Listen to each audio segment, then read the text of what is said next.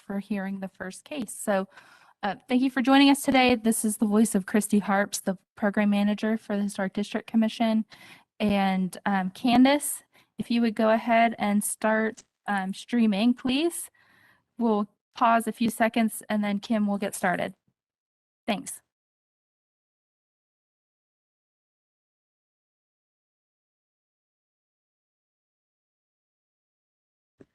The Charlotte Historic District Commission welcomes you to the January 12th meeting.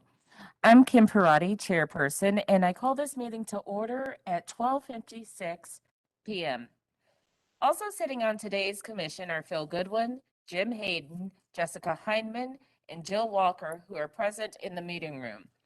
The rest of the commissioners participating remotely include Nichelle Bonaparte and Krista Lineberger. Also present are Christy Harps, Cindy Kohanic, Candace Leidy, Jill Sanchez-Myers, Linda Keish, and Candy Thomas. I would like to start by acknowledging that we are conducting this meeting using a remote online platform. I ask for your patience today as we proceed. There might be slight delays as we transition between speakers, participants, and presentations. Participants in today's evidentiary hearings were required to provide a copy of any presentation, document, exhibit, or other material that they wish to submit during the evidentiary hearing prior to today's meeting. All such materials, as well as a copy of city staff's presentations and documents, were posted online prior to this meeting and may be viewed by visiting the HDC webpage. No case is proceeding today in which anyone contacted the city to object to the remote online meeting platform. For everyone participating in today's virtual meeting, we ask that the following guidelines be observed. Please mute your audio when you're not speaking. Use only one source of audio, computer, or phone. Do not put your phone on hold. Make sure you are in a quiet area. Please turn off or silence electronic devices and do not speak over the person talking or you will be asked to leave the meeting. Please use the raise your hand tool and please do not speak unless recognized by the chair or staff. Because the commission is a quasi-judicial body, any speaker for or against an application must be sworn in. Due to the remote online nature of today's proceedings, any individual wishing to speak for or against an application was asked to sign up and provide any additional evidence in advance of the meeting. During the hearing, I will further open the floor to anyone who has joined the meeting today by telephone. When it is your turn to speak, please begin by stating your name and address. The review of each application consists of the presentation of the application and deliberation. The application is presented by the HDC staff. The applicant presents their testimony for the application. Other parties wishing to speak for or against will be given reasonable time to present factual sworn testimony based on the HDC design standards. The HDC may question the applicant and the HDC staff members. HDC staff and the applicant will be given an opportunity for rebuttal and final comments. The HDC will close the hearing for discussion and deliberation. During discussion and deliberation, only the commission and staff may speak. An HDC member may request the hearing be open for further questioning. The HDC will craft a motion for approval, continuation, or denial. The majority vote of the commission present is required for a decision to be reached. A final vote by the HDC will end the hearing. If you will be addressing the commission today, please raise your right hand and respond "I do" to the following question. Do you affirm that the testimony and information you are about to give is the truth and nothing but the truth? I do. Please be mindful that we have a court reporter present who is responsible for making an accurate and complete record of these proceedings. The reporter must be able to hear and understand. Everyone present must state their names before they speak clearly, loudly, and one at a time. The reporter will interrupt only when absolutely necessary to get clarification on what was just said or to alert speakers that they are having difficulty hearing or understanding. Are there any questions? If not, okay. Okay, Let's move on. thanks, Kim. This is Christy again. I have a couple of announcements before we get started about the agenda. There are 3 cases that will not be heard today. The first case that won't be heard is number 7, 2128 The Plaza. And the applicants have deferred to February. The next case is number 12, 300 East Park Avenue. And that's because we have had no communication from the applicant and the required checklist fee and waiver were not received in time to remain on the agenda. And then the last one is number 15, 705 East Kingston Avenue. There are some timing issues with the applicant, and a neighbor has also objected to this case being heard in our hybrid remote online format. So that case is deferred until further notice. Case number 12 will also be deferred until further notice. At this point, we're going to start with consent agenda and item number 1, 1818 Lenox Avenue, and just noting that we are starting this at 1:02 p.m. Bill Presswood, I believe, has joined us on the phone. Bill, are you with us and can you hear me? And Don's here as well. Oh, great, great. Have you both were just sworn in? Yes, ma'am. Okay, great. We also have one of the property owners joining us in the room today. So John is here to listen in and provide information as well as needed. So the first application is 1818 Lenox Avenue, and the proposal is partially a restoration of the front porch. It's an addition and a new detached one-car accessory structure. Just to note that the one-car accessory structure is approvable at the administrative level, but it does appear on the documents within the project. At this time, I am going to turn it back over to our chair, since this is a consent agenda. All right, thanks, Christy. Do we have anyone on the phone who wants to speak for or against this application? We do not. Okay, commissioners, do we have any objections to this remaining on the consent agenda list? Oh, hold on just one second. It appears we have one unknown caller. Okay, Unknown caller. We apologize. That's how you show up on our end. If you're calling in, can you and you're not Don or Bill, can you state your name and if you are calling about this project? You do have Kat Egan also on the phone. Well, I'm actually on the video. So I don't know if I'm the unknown caller you're referring to, but I'm John's wife who's in the room with you all and the owner of the house. Welcome. Hi, Kat. Hi. You're showing up under your name. Did you use the phone to call in for audio? No, I didn't. So I may not be the person you were just calling out. Okay. Doesn't appear so. Hi, my name's Liz Gupton, and I called in. Can you hear me? We can. Yes. Hi, Liz. Hey, maybe I'm the unknown caller. I think so. Welcome. Yeah. What Well, thank case you. are you I was calling in. about? It's the one on 610 Hermitage Court. Okay. We are not going to hear that for quite a while. Do you want us to send you, if you send us an email, I will add you to our email notice list so you can better know when to join, because I would hate for you to have to sit on the phone for like 4 hours until we get there. Really? So it'll be today though? Yes, ma'am. It should be. I mean, we hope so, but it won't be until Okay. later. It won't be Okay. easily until after 5 o'clock. Oh, wow. Okay. Well, then, yes, I'll definitely send. What email address do I send it to? You can send it to me. And this was Christy, right? This is Christy, and my address is on the HTC website. Yeah, I see it. kharps@charlottenc.gov. You got it. Okay, cool. All right. I'll send you my email address, and I appreciate you telling me this would be much later today. Perfect. Yeah. I'm their back door. Yeah, I'm their back Okay. door neighbor, so I just want to make sure I know what's going on. Okay, we'll talk to you later. Thanks, Christy. Thank Bye- you. Bye. Okay, All now right. back to you, Kim. Okay, thank you. Commissioners, any objections to keeping this on the consent agenda list?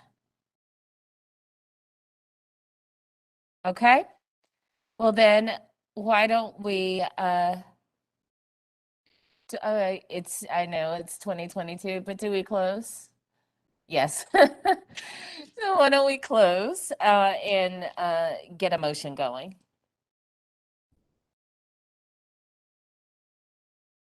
You know what? I am going to kick this one over to Commissioner Lineberger.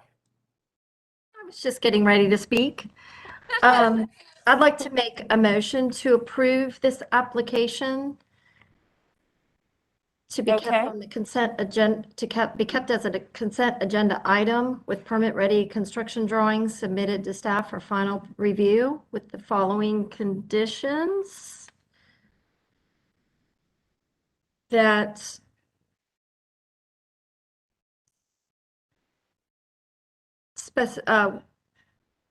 specifications for windows are provided. Sorry, I'm losing my list here, y'all. It's okay, we'll wait.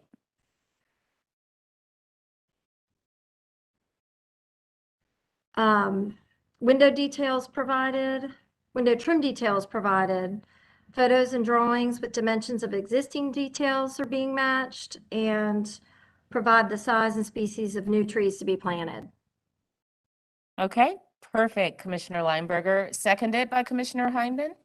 All right, so we have a motion made by Commissioner Lineberger, seconded by Commissioner Heineman. Any discussion of the motion? All right, let's vote. Commissioner Goodwin, Yes. Commissioner Hayden, Yes. Commissioner Lineberger, Yes. Commissioner Heineman, Yes. Commissioner Walker, Yes. Commissioner Bonaparte, Yes. Commissioner Parati, yes. Motion to approve passes 7-0. Congratulations, John and Kat. All right. On to the next one. Our next application is 1108 East Boulevard. Angie Lauer, are you with us?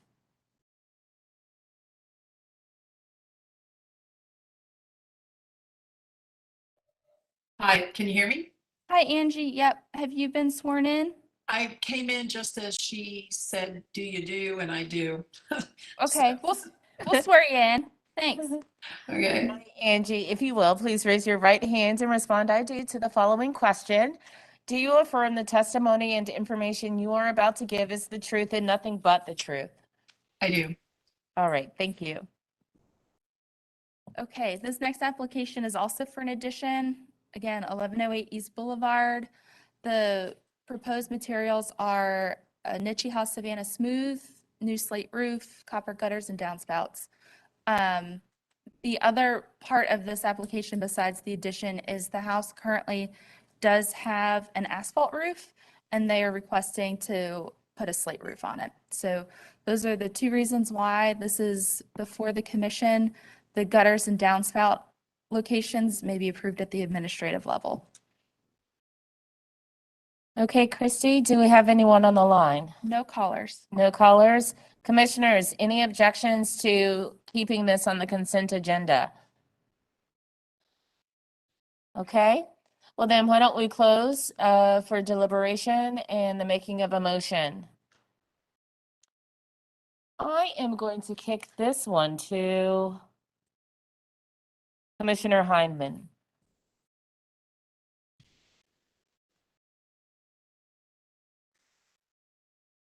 I've reviewed this project and I do not find it incongruous with the district and the standards for additions, page 7.2. Oh, sorry. And I do not find it incongruous with the district or the standards for additions 7.2 or new constructions, chapter 6. So I would move to approve the project with the following conditions. That the trim material for the windows and doors to be wood or fiber cement with a 1/4 inch reveal. That the column material to be wood or a previously approved alternative material with a paintable finish. That window trim details are provided to staff with dimensions. That a beam column section is provided to staff with dimensions. And that a tree protection plan is provided to staff. All right, perfect. Thanks, Commissioner Heineman. Second. Seconded by Commissioner Hayden. Any discussion of the motion? All right, let's vote. Commissioner Walker, Yes. Commissioner Goodwin, Yes. Commissioner Hayden, Yes. Commissioner Heineman, Yes. Commissioner Bonaparte, Yes. Commissioner Lineberger, Yes. Commissioner Parati, yes. Motion to approve passes 7-0. Thanks, Angie. Thank you. All Awesome. right. Okay. Thanks, Angie. This next application is a procedural cleanup. Pinchali or Tim Finan, are you with us?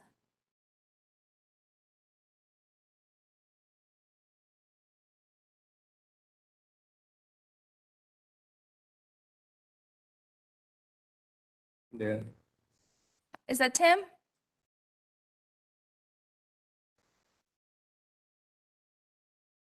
Tim, we can't hear you. It shows that you're talking, but your audio cut out.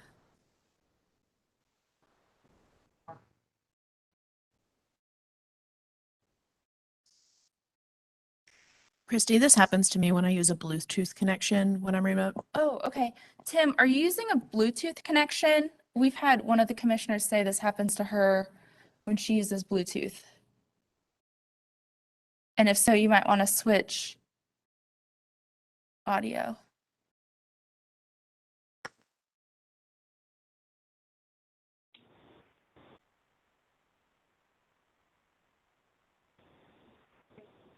Hello. Oh, so much better. Hi. I'm sorry. The WebEx audio was messing up on me, so I had to call in. Okay. Tim, have you been sworn in? I have not now. Okay. Hi, Tim. Happy 2022. Hey. If you would, please raise your right Sorry about that. hand and respond I do to the following question. Do you affirm that the testimony and information you are about to give is the truth and nothing but the truth? I do. All right, thank you. Thanks. Okay, this next application is, like I said, it's a procedural cleanup. The commission approved townhomes, but during the long time frame of this project, starting, stopping, restarting, the approval for the demolition of the carriage house on the Van Landingham estate and the single-family home at 1926 The Plaza has expired. And so I can't reinstate it as staff, so it's just, again, a procedural reinstatement of the demolition of those two properties that the commission has already approved for a project that the commission has approved new construction. So Okay, thank you, Christy. Do we have anyone on the line? we have someone, Elise Johnson. Elise, are you calling in about this project? Yes, that's me. Yes, I'm also with Pete and Finan, working with Tim. Oh, Elise, hi, welcome. Thanks. Do you want to speak? Nope, just okay. listening. Okay, great. All right, Okay. perfect. Thank you. Commissioners, do we have any objections to leaving this on the consent agenda? All right, Commissioner Heineman. This is the same ownership and same applicant. We're just reinstating it for the same ownership and same applicant. Because No, it does not transfer ownership, correct? it does transfer ownership. It runs with the time frame. It's to the parcel, not to the owner. But even so, this is the same owner that brought forth the townhome project.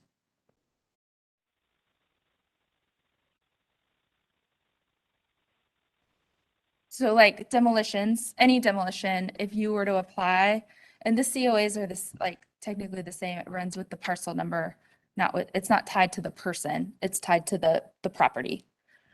And so, Okay, thank you. yeah, I don't need it removed from the consent agenda. I had a different understanding of the policy. Okay, all right, perfect. All right, any other questions or objections to keeping this on the consent agenda? Going once, going twice. All right, let's close for deliberation and a motion. Commissioner Walker, I'm going to kick this one over to you. Okay? Yeah, I would like to make a motion for the reinstatement. I'm trying to figure out the language for this, for reinstating the demolition permit as it was provided for both properties on the Van Landingham estate, as requested by the applicant. Okay. All right. Do we have a second for that motion? Seconded by Commissioner Goodwin. Yes. Don't we need to Questions? remove the 365 stay on it? Christie? So in the staff memo, you might want to expand the approval to mention that this stay was previously approved in 2017. The new construction project was approved with conditions for this site on May 12th, 2021. And that since new construction plans have been approved with conditions, you're waiving the 365-day stay. And the 90-day waiting period doesn't apply as well. So friendly amendment to waive the 365 and that the 90-day application period is a moot point. So waiving both. Yeah. Yeah, Okay. I'm good with that. All right. Friendly amendment accepted. Still good with seconding the motion, Commissioner Goodwin? Okay. Thank you, Commissioner Heineman. All right. Any other discussion of the motion before we vote? Okay. Commissioner Walker, Yes. Commissioner Goodwin, Yes. Commissioner Hayden, Yes. Commissioner Heineman, Commissioner Bonaparte, Yes. Commissioner Lineberger, Yes. Commissioner Parati, yes. Motion passes 7-0. Thank you. Thank you. All right. Number 4. The next application is 611 West Park Avenue. And I just want to make sure that the applicants are with us. Michael Hopkins and Michael Dooney, are you with us? Yes, we are. Great. Have you been sworn in? Yes, we have. Great. Okay. So this is a really unique situation that we have never experienced with the commission before. What we have experienced in the past is an applicant, has an approval and portions of the property get demolished that were not approved for demolition. And then we, work through it kind of backwards. Since this project is still open under another case number for an addition, and the commission on that project, on the addition project, the applicant requested to rebuild the front porch due to its instability. And the commission asked for more information. So the applicant sought the opinion and an evaluation from a professional engineer of the front porch for purposes of that second application. When they did that, they discovered that the state of this property is so far gone that should they try to renovate it, it would just not work. I personally visited the site.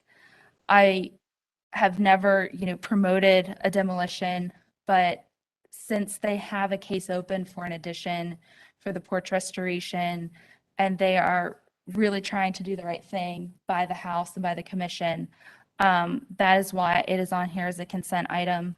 And it's on here as a consent item that would also waive the 365-day waiting period and the 90-day approval period, so that further on in the meeting, we can evaluate their plans for reconstruction. And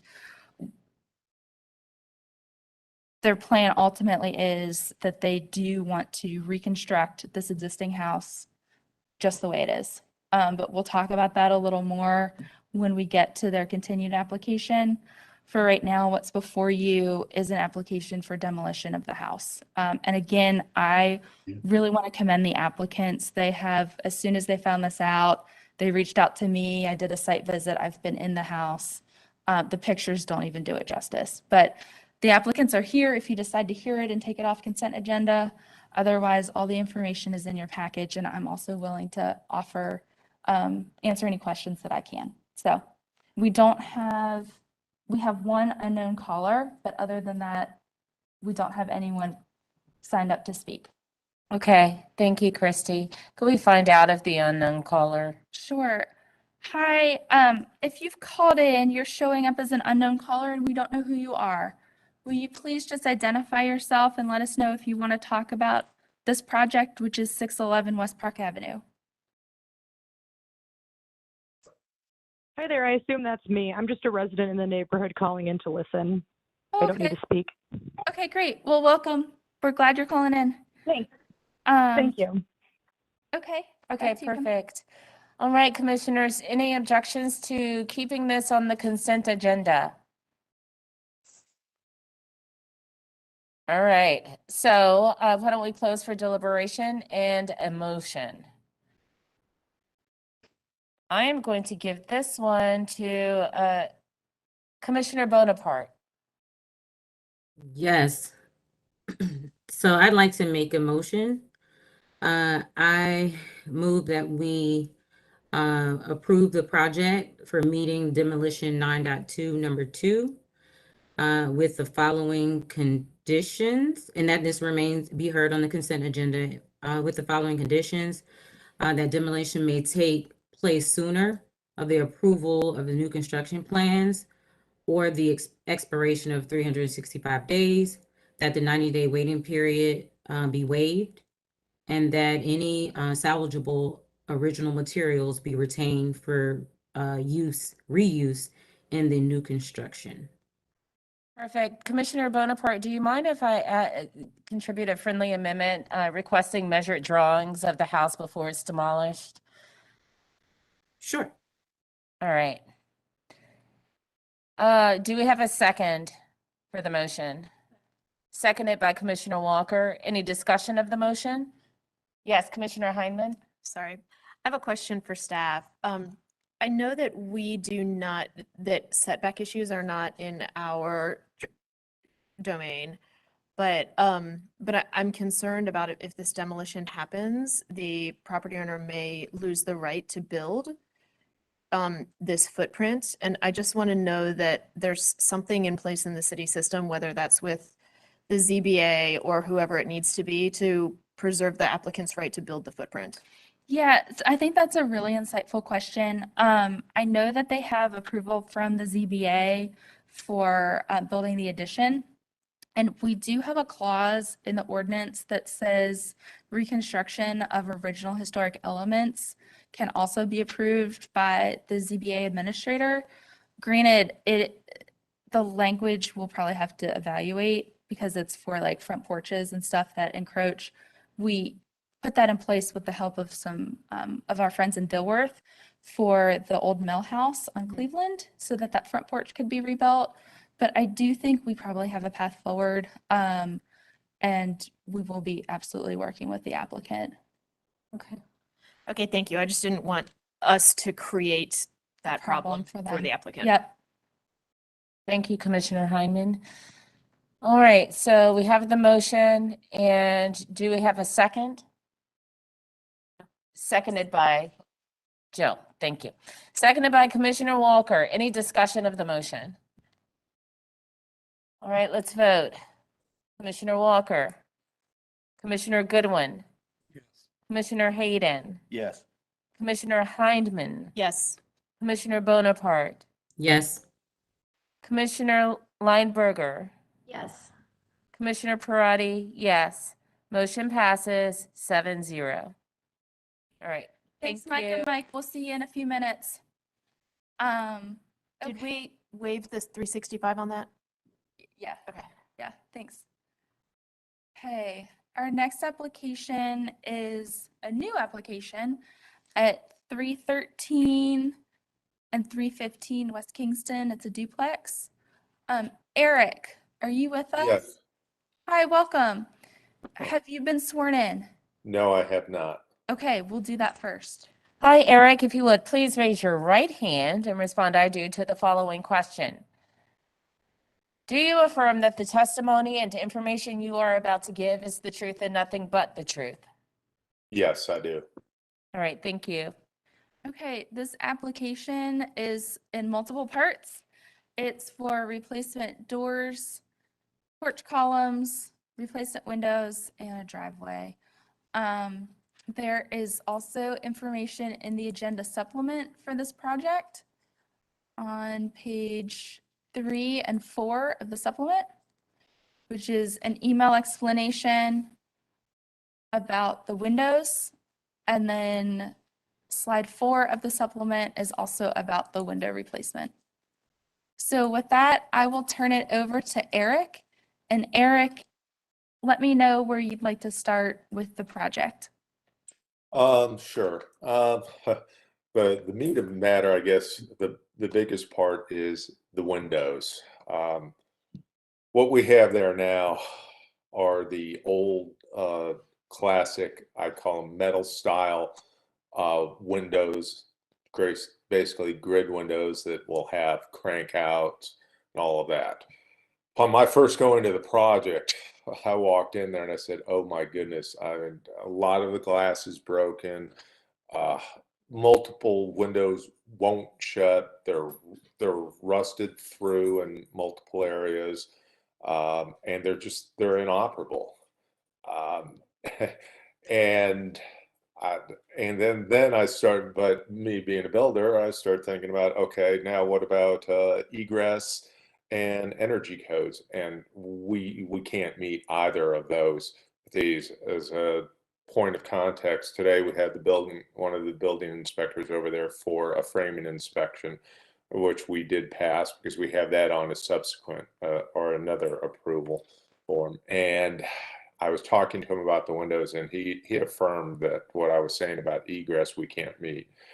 The best option, it seems, is to go and replace these windows. And what we're looking at doing them with wood window. And we really looked at what was around in the neighborhood, and most of the windows are in there. They're a double hung window, and they all tend to have a border going around the outside with anywhere from a 1x4 to 1x6 trim doing the windows. So that is what we were trying to do, is just go back and look at, what is pretty much predominantly most of the neighborhood done like, and that's what we're trying to do. The windows themselves, we're not even certain they can be repaired and brought back there in such dilapidated condition, and we just didn't find anybody who actually would take that on. So that's where we're at with the windows. The second item is, and we're sort of in the same condition with the doors on the house. There's 4 doors because this is a duplex unit, and we're looking to change for each one of the units.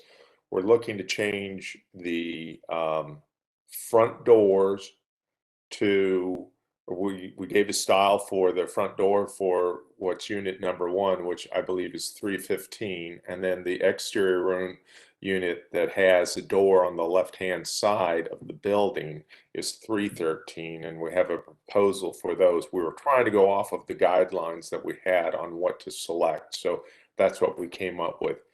Each unit also has a secondary door in there, required by code, and we were planning on those. Right now are basically a 9-light door, or half glass doors, and we were looking to go and replace it with basically the same type of door, doing it in wood for those. The third item is the columns and railings, or lack of railings, on the front porch and the side porch. The front porch are the old metal columns that are in there, and I didn't even notice this until today, that one of the columns isn't even attached at the bottom. The other one is only attached in one spot. So they move very easily, but there's no railing on the front porch other than coming down the stairs. So we're looking to replace that hole with a box column and then railings. coming down, and then doing the same on the side porch because there's just no railing on the side porch, and it's more than 30 inches in the air, and you've got to have some sort of railing. So that's what we're trying to do with that. And then the fourth item is there's two driveways on the property. The one on the right had been replaced. My guess is probably in the last 5-6 years. The one on the left-hand side, someone made an attempt at some point to, it looks like, just knock off the curb at the street, and so you end up, every time you drive in, you're literally trying to drive over a curb in that section. There's actually a break in the concrete back about 8 feet. And what we're proposing to do is go back to that, cut it out, and then take out that section from there out to the street and then re-pour it. So it's a gradual slope in. So we weren't trying to get crazy with it, but we needed to make it more functional, because one of the things we've discovered is if it's not a pickup truck, it does not go into that driveway very easily. And there are 2 units on there. Each would have its own driveway, and this is the one for the unit for 313. So those are our projects. We're currently in the middle of renovating the interior. We just passed our framing inspections today, so we're on to insulation and trying to repair the rest of the house. Okay. Thank you, Eric. Chrissy, do we have anyone on the line wishing to speak for or against this application? There are no callers. All right, perfect. All right, commissioners, questions of Mr. Bowman?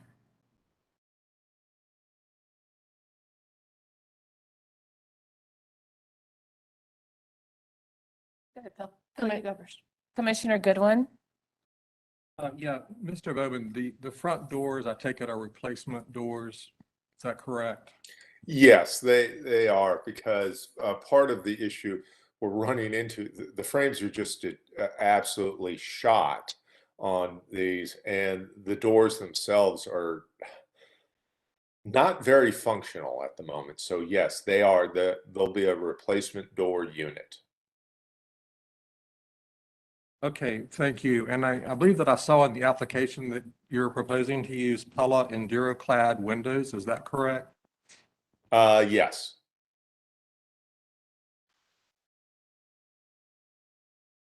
Okay, thank you.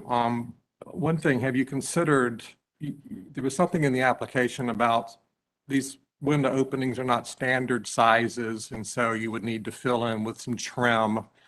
Have you considered just ordering custom size windows to fit the existing openings and somewhat replicate the look that you already have? Because these are clad windows, they're aluminum, extruded aluminum. They should make a good fit, but have you considered purchasing custom size windows so you don't have to add the wood trim around the windows? Again, what we were looking at, it seemed to bring it more in line with what is in the rest of the neighborhood going up and down the street, because we're actually able to get hold of a more standard size window, and we were planning on taking off the brick mold that they come with and then running. And we'll probably end up doing it with a 5/4 by 6 board to give it a little bit more heft. And I mean, I've seen so many examples of it in the neighborhood, and it looks fantastic with what's in there. And it just seems to be more in character of what's in the neighborhood, as opposed to if we do go and get something in there that, is more of a custom size, we cut down on our trim detail around the outside. But then, if you look at the house right now, it has very little pop, and we were trying to at least give it something that gives it a little bit more character, because it's just, it's an old house that we call it the old mill houses, basically, is what we have. And we're trying to bring the windows and just make it look a little bit more like the rest of the neighborhood. Yeah, but these are clad windows, so they're going to have a metal exterior, and then you're proposing to. No, we're actually, what we're planning, yeah, they're not, the ones we're planning, they are a wood window. They're not clad. It is a Pella window, yes, but they're not a clad. Oh. Well, it says they're Pella Yes. EnduraClad double hung windows. So Yes, when they that's say right. wood, You that are means- correct. I'm sorry? Yes, you are correct. Yeah, so it is a clad window. I mean, it's a wood window, but Yes. it's got metal cladding. Exactly. And And that so- is, yeah. And that was just more for, we're looking at durability down the road.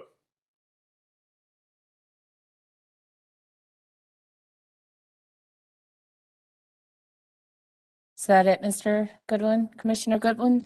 Commissioner Heineman? Commissioner Goodwin actually captured my primary question, but I may just ask it again for clarification. So what you're proposing is that you're keeping the brick on the house, but you are ordering windows that are standard size, but not to fill the openings and not the size of the existing windows, and that you will be introducing a 5/4 by 6 trim in lieu of the brick mold, but inside the brick openings, but not changing the brick openings? Correct.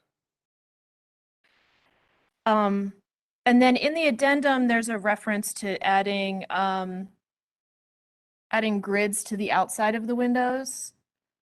What is the divided light configuration that you're proposing for this project?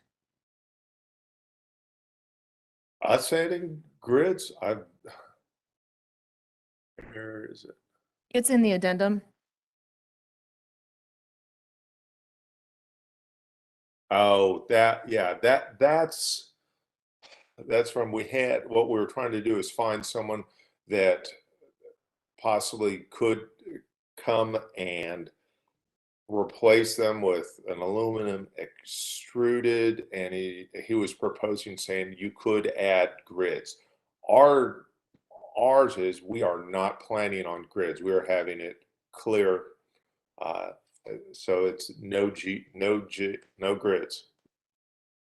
Okay, and can we go back to like a picture of the front of the house, a photograph of the front of the house? And thank you. This is slide 20. So, for example, we're looking at slide 20, we're looking at the front elevation, and the picture window on the left, which is sort of a defining mid-century feature. What is the configuration that you're proposing for that opening? We're actually going to make this 2 windows.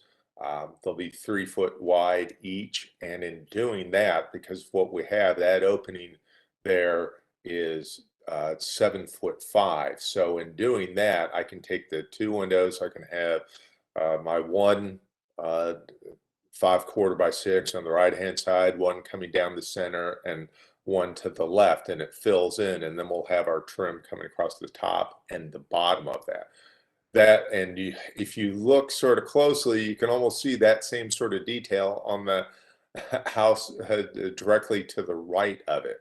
I'd also included some pictures of another house or 2 that are in the neighborhood that have that exact same detail.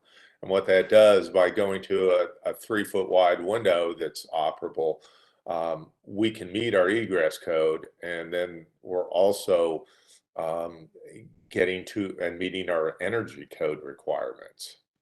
What is the height of that opening? It is 4'2". So this is sort of out of our jurisdiction, but a 4 foot tall window that's 3 feet wide, that's double hung, I don't think that meets egress. But that's something that you can work out with code enforcement. The smaller windows, if they're in a double hung configuration at that height, you're just not going to get the glass area. But to move on to the historic district, our jurisdiction, my other question is about the doors, which Commissioner Goodwin also hit on. These are replacement doors. Are you replacing the existing frame? Are you installing the new replacement door frame within the existing frame? Is it a frame inside a frame condition, or is there only one frame? No, we would completely replace the existing frame that's there. Okay, and then I'm gonna hop over to the driveway for a second. You said there's a curb at the left side driveway? It looks like it's, I mean, someone did some work on this way back when, and it looks, the driveway's been there a long time. And you can sort of see, it looks like it was chipped down and sort of run down. It may have been that they actually had the concrete coming out onto the street, but you can see where it deteriorated right there. And that height right there, that's about 6 inches. So you try and drive over that every time you go in and out of the driveway, and just, you know, a small car, let's say if you drive in there with a Civic or something like that, that is low to the road, it bottoms out going over that every time. Okay, so we're referencing slide 19 here. And so if I'm hearing you correctly, please correct me if I've misunderstood. Sure. There is a curb cut there. Are we looking at some kind of a concrete heave or something, or is there not a curb cut? It's hard, honestly, until I tear it out, I can't honestly tell you. It looks like someone had knocked off at some point a curb and put the driveway in there. I It's- understand. Thank Yeah, you. and I don't think, I mean, honestly, I don't think there was a driveway there originally, but the one that's there now has been there a long time. So it was, my guess is probably maybe 30 years ago, this was put in there. Gotcha. And could we go back to the front elevation photo? Was that number 20? I'm just going to hop back on one item and then I'm done. You've referenced precedents in the neighborhood for this 5/4 by 6 trim at the windows and called out the house on the right. The house on the right is not brick, correct? That's a wood siding, Correct. composite siding house. Do you have precedents in the neighborhood that are brick houses? Because Oh, yeah. typically in the districts, we see a thin brick mold on windows on brick houses. Oh, no, it's, and I think I even included it in one of the pictures in there. Should be somewhere in the packet. It's,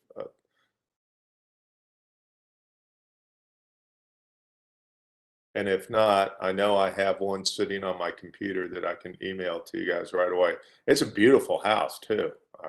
It's literally right around the corner on Mint Street. Guess I didn't get it attached. I do not see it in there.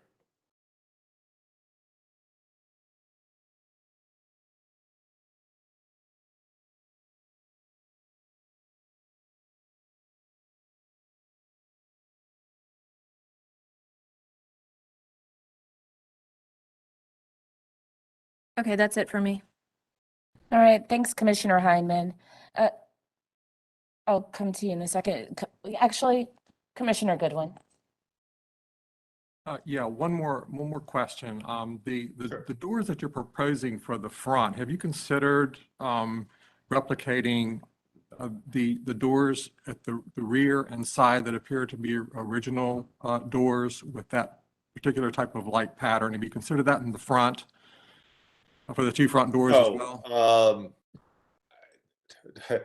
We can. What we were trying to go off the guideline, and we weren't quite exactly sure, and so we did like everybody does. We Googled, and that's what was coming up. So we wouldn't have a problem doing that type of pattern. Where the doors we're planning on for the side and for the rear are going to be the same type of pattern, but they're going to be there'll be a wood door as opposed to a steel door. Yes. Okay, thank you. All right, I just want to piggyback on that, Mr. Bowman. In our standards 2.5, particularly numbers 6, 3, and 6, we talk about, well, let me read it for you so that I can let the words speak for themselves. You compare this particular house to some of the neighboring houses, and it says in 2.5, number 3, each property shall be recognized as a physical record of its time, place, and use. Changes that create a false sense of historical development, such as adding conjectural features or architectural elements from other buildings, shall not be undertaken. And then number 6, deteriorated historic features shall be repaired rather than replaced where the severity of deterioration requires the replacement of a distinctive feature. The new one shall match the old in design, color, texture, and other visual qualities. And then it continues on. My question for you, because it's going to come up in deliberation, is you're changing a lot of the metal to wood. Have you explored maintaining the same look, texture, and color of what's there now? Finding someone who can duplicate it is the hard part. We haven't been extremely successful.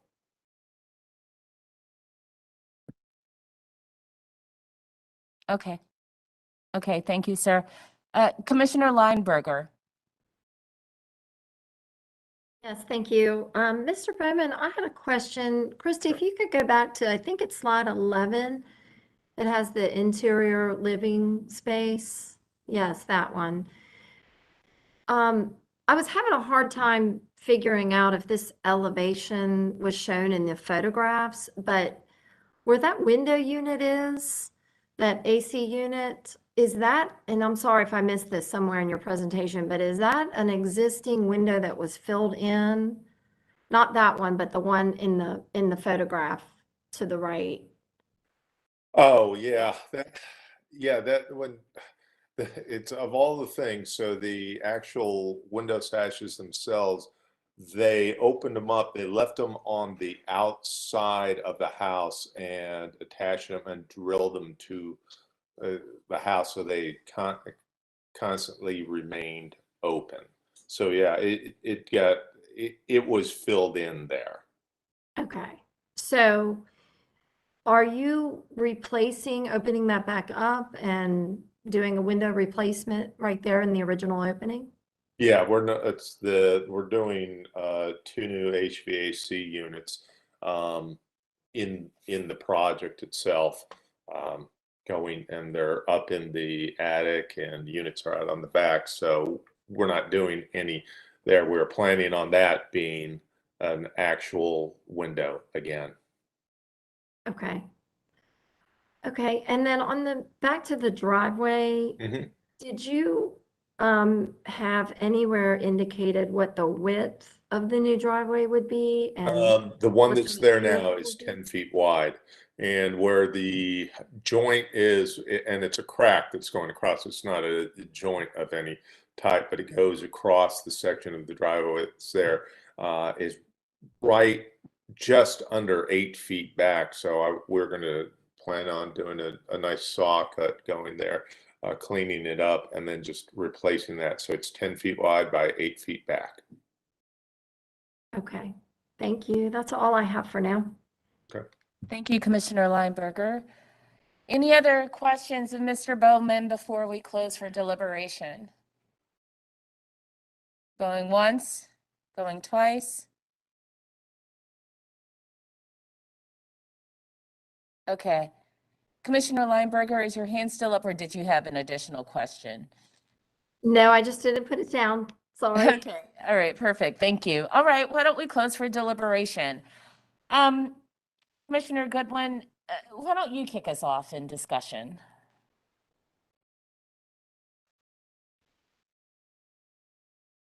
Well, I agree wholeheartedly with replacing the windows. They're obviously in very poor condition. However, I think that given our standards, we need to replicate the existing design that's already there. I think there's been some confusion on these windows. A wood window that's clad, and especially an extruded clad window, will look like a metal window from the outside. So you can get I think a great look and mimic the look that you already have, and still stick with the Pella Euroclad windows that you have in your application. On the doors, I might need to defer to some of the architects in the group on the doors, but because I don't really know what the doors were originally, but I'm wondering if we might want to replicate what you're doing on the side and the rear doors with the lights and the panels below, and try to bring some consistency to all four of the doors. But if the proposed front doors are consistent with the mid-century architecture, then by some of the architects, then I would defer to that. So that's the primary feedback that I have right now. All right, thank you, Commissioner Goodwin. You know, this is a great application considering we just got Oaklawn Park on, right? So we're gonna probably be seeing more of this. So I'm gonna kick it over to you, Commissioner Heineman, as our resident architect to speak to some of the questions Commissioner Goodwin has.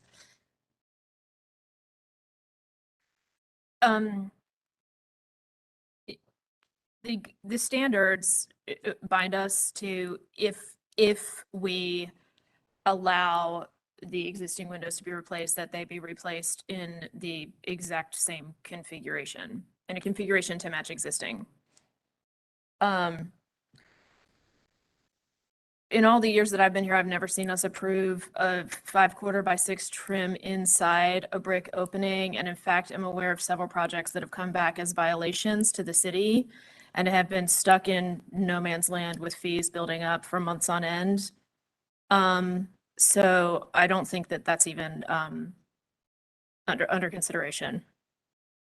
I do agree with Bill from my professional experience that this type of window that's being proposed can be made in a replacement to match existing as closely as possible with a kind of a minimum brick mold profile to match this mid-century quality.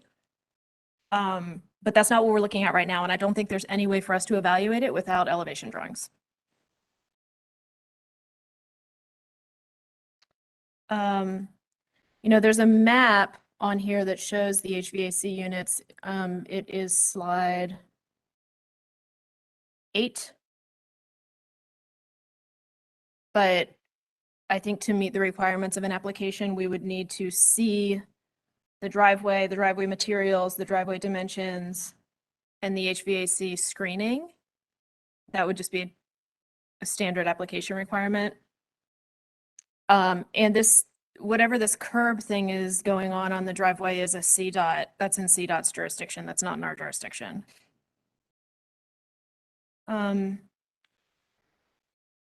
doors, Christy, I have 2 questions for you.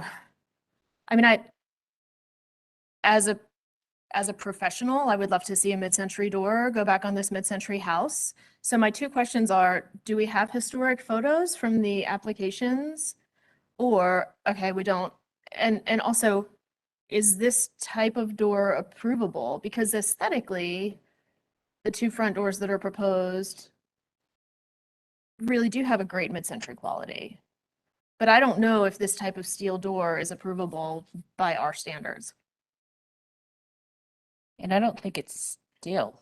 It's new territory with mid-century. I'm sorry, it said steel in somewhere. They're proposing steel doors for the front doors and wood doors for the side and rear entrances. I mean, in Oaklawn Park, the mid-century doors are wood. So every mid-century project I've ever worked on, the doors wood. Yeah. So the aesthetic quality of these doors seem very consistent to me with the Oaklawn Park guidelines, which is our best reference point. But in my experience, it'd be wood. Same. Which is in line with the standards. Yeah, correct. Which is why staff didn't approve the front door replacement, because otherwise, since they're not original front doors, we could have approved. But had this been proposed in wood, this would have been a staff approval. Yeah. Thank you. That helps me. Yeah.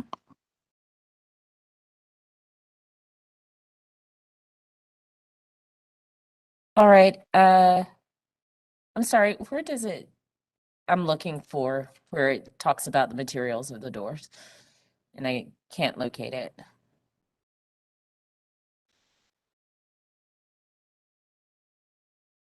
think it's front doors and entrances under building, maybe chapter 5.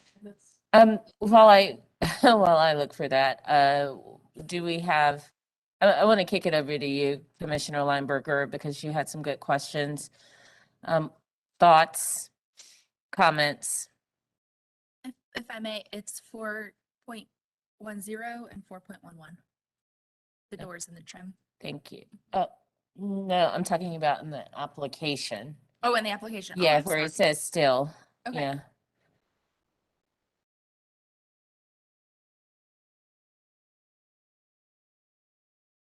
Are you ready for me? Sure. And if someone can, if you get to the place where it talks about the materials of the doors, please let us know. Commissioner Lineberger? I concur with Commissioner Heineman. I do believe we need drawings with details and elevations, showing the light configuration on the windows, showing a match to those, to what is existing. Same with the site condition, showing the site conditions, the driveway, the width, the HVAC placement. I just think that that's the direction I see us going, is that we're gonna need that information to review this again. Okay. All right. Commissioner Bonaparte? Yeah, nothing different to add, and I agree with all of the other points that were made. I guess the initial sticking point for me were the windows. If we're gonna replace, have it be, I guess, like for like is what stood out to me. Okay. All right. Yes, Christy? I believe they're fiberglass, not steel. And I believe that the applicant said something about steel, so maybe you want to reopen just to see if it's fiberglass. I thought he said it wasn't steel. That Wasn't was steel. why it stuck out to me. Okay. Yeah. Commissioner Heineman? The guideline is 6.12, number 3 for the doors. For the doors, 6.12, number 3. Okay. Commissioner Hayden? I've just got a problem with the type of windows that are going back in and the look. If you go to particularly the two interior shots where you're looking out through the larger windows, we're totally changing the character of that architectural statement, which, if I'm not mistaken, these types of windows are part of the architectural uniqueness of this particular style, this mid-century modern style. I understand that there's an ingress-egress problem with those windows. Obviously, that would have to be solved some other way. But to me, going back in with windows and frames and framing that totally changes the character and the architectural expression of this house. And I just don't think it's appropriate at all. So it sounds like we're all in agreement on the windows, and the doors, and the need for detailed site plans. Why don't we get a motion going? Commissioner Goodwin? If I could add one more thing, we haven't really discussed the railing and the front porch changes, but I agree there's a lot of code issues with that, and so I'm in favor of them, replacing the rails and making it code compliant. That's clearly more than 30. That patio is clearly more than 30 inches above grade. You need to have safety rails. The existing rails down the steps don't meet code either. They're too far away from the brick steps, and for that reason, I concur with the applicant's wish to replace the railing and make it code compliant along with the columns as well. But of course, we would need to get drawings for those details. Do you agree with the materials they're requesting?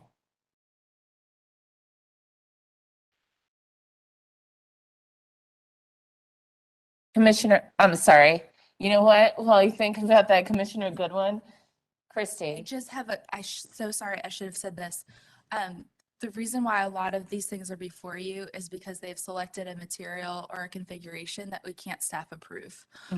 So if they were going back like for like with a metal railing, even if it didn't match existing, it was the same material, we could staff approve that. But because they want to switch to wood and they want to change out some of the original metal porch columns, that's why it's here for the commission. Thank you Yep. for that, Christy. So then Commissioner Goodwin. I think our guidelines say to avoid replacing material types, but that word is avoid. And I think that in this particular case, it might be more practical but I might defer to the architects on the commission to help make that call, because that clearly is a design impact. We can also, I believe, look at our standards, 2.5, number 6. And I won't read the whole thing again, but it just says that in the case of replacement instead of repairing, that the new shall match the old in design, color, texture, and other visual qualities, and where possible, materials. So even if it's not possible to match materials, it shall match in design, color, texture, and other visual qualities. Okay. Commissioner Hyman? Yeah, I mean, I'm in agreement with Commissioner Goodwin and the applicant that they need to be brought to code. But again, I think we're just spinning our wheels because we don't have drawings to review. And so, you know, this says that the metal's being wrapped in wood. The applicant said the metal's being removed, that because it's not attached at the base. So I think that we're continuing to spin our wheels because we don't have drawings. I think at the end of the day, we can continue it or we can deny it, but we could continue it and give the applicant the opportunity to bring forth the drawings that are required for the application. But out of respect for the applicant, I think we need to be really, really clear about the limitations on what they can show us with the windows, because we certainly cannot approve the window situation that they've described to us. Sure. So it sounds like it's going to be a continuation. So why don't we start crafting that motion? And, you know, as per usual, we will make it a group effort. So Commissioner Goodwin, want to take a stab at this one? Sure, I'll take a stab at it. Might need a little bit of help with this. We're here. So I make a motion to continue this application, subject to providing elevation drawings showing all window details, including the grille patterns. Also want to provide specifications for the front doors in wood.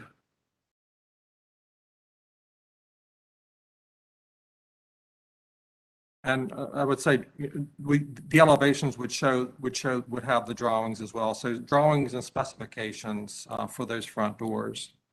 Also provide a detailed site plan showing the driveway width, repairs proposed, and the HVAC location.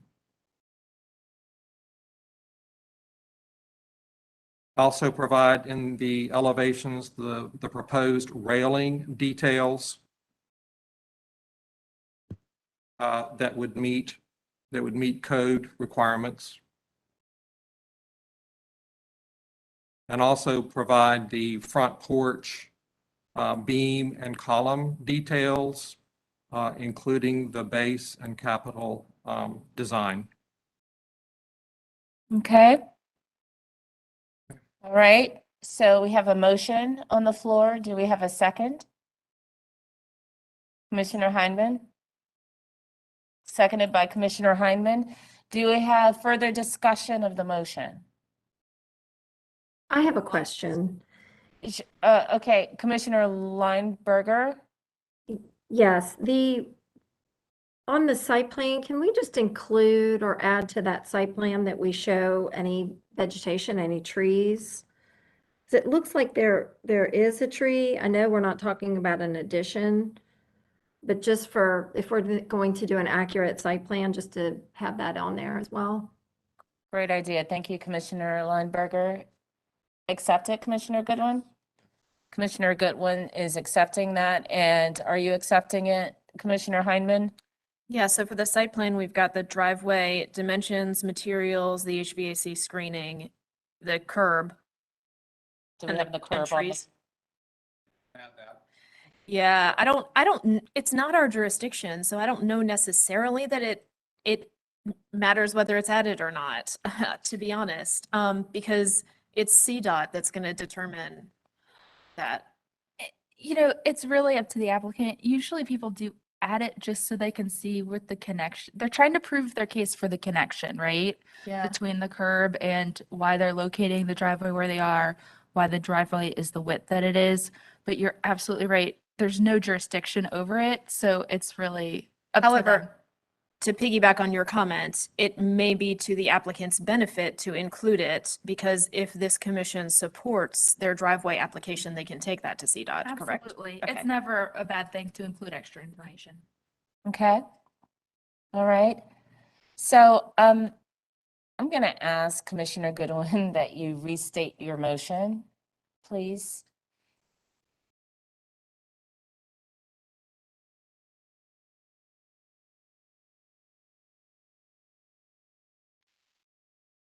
To continue, based on the following conditions, that the applicant provide detailed elevation drawings showing the window details, including the grille patterns.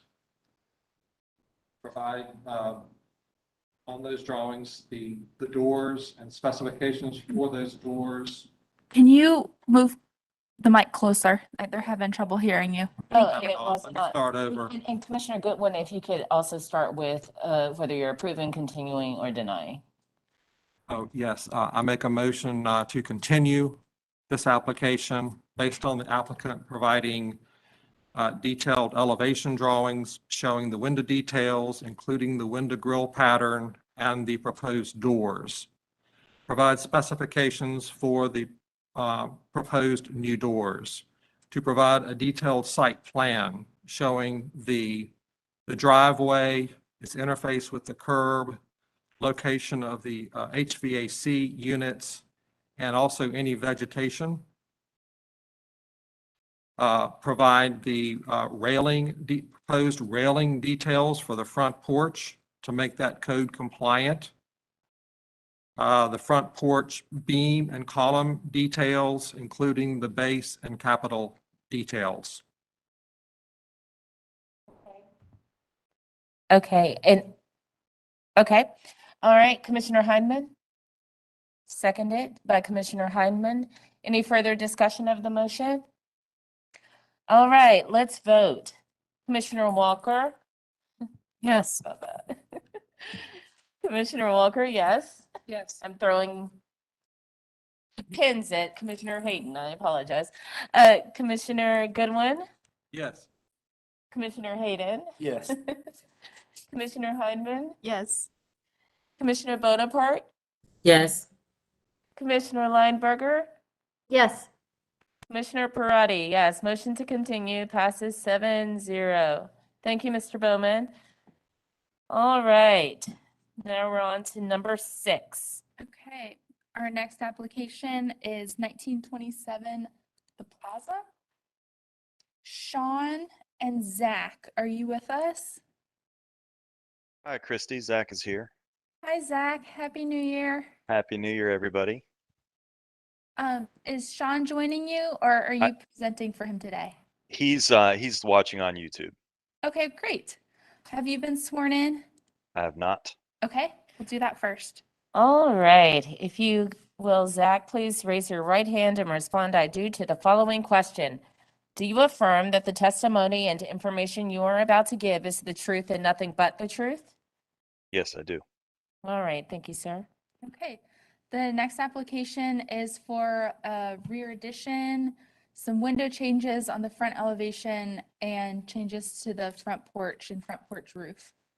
I'm just going to turn it right over to Zach to explain the project in further detail, and I am on existing photos of the house, which is slide 5. Zach, if you would like to start here or go somewhere else, just let me know. If you would also state your name and your address for the court reporter, please. Sure. Zach Alcenser, 1821 Logie Avenue, Charlotte, 28205. Hey, Zach, could you spell your last name for the court reporter? Yes, Thanks. Alsentzer.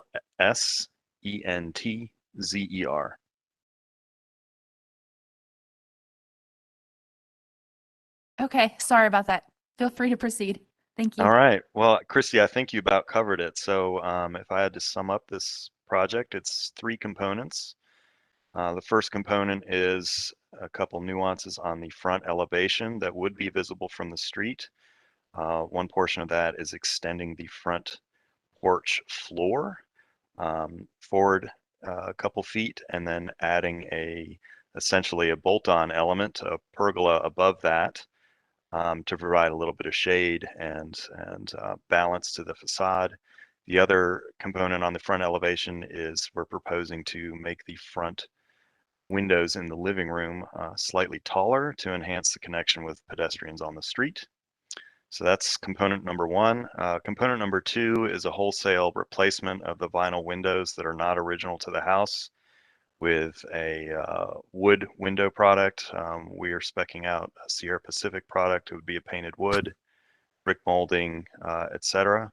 And the third component is an addition in the rear that is not visible when standing in front of the house from the street. And I'm happy to answer any questions. All right, Zach, first, let's find out if anyone wants to speak for or against this application. It doesn't look like we have anyone on the line. All right. Commissioners, questions for Zach?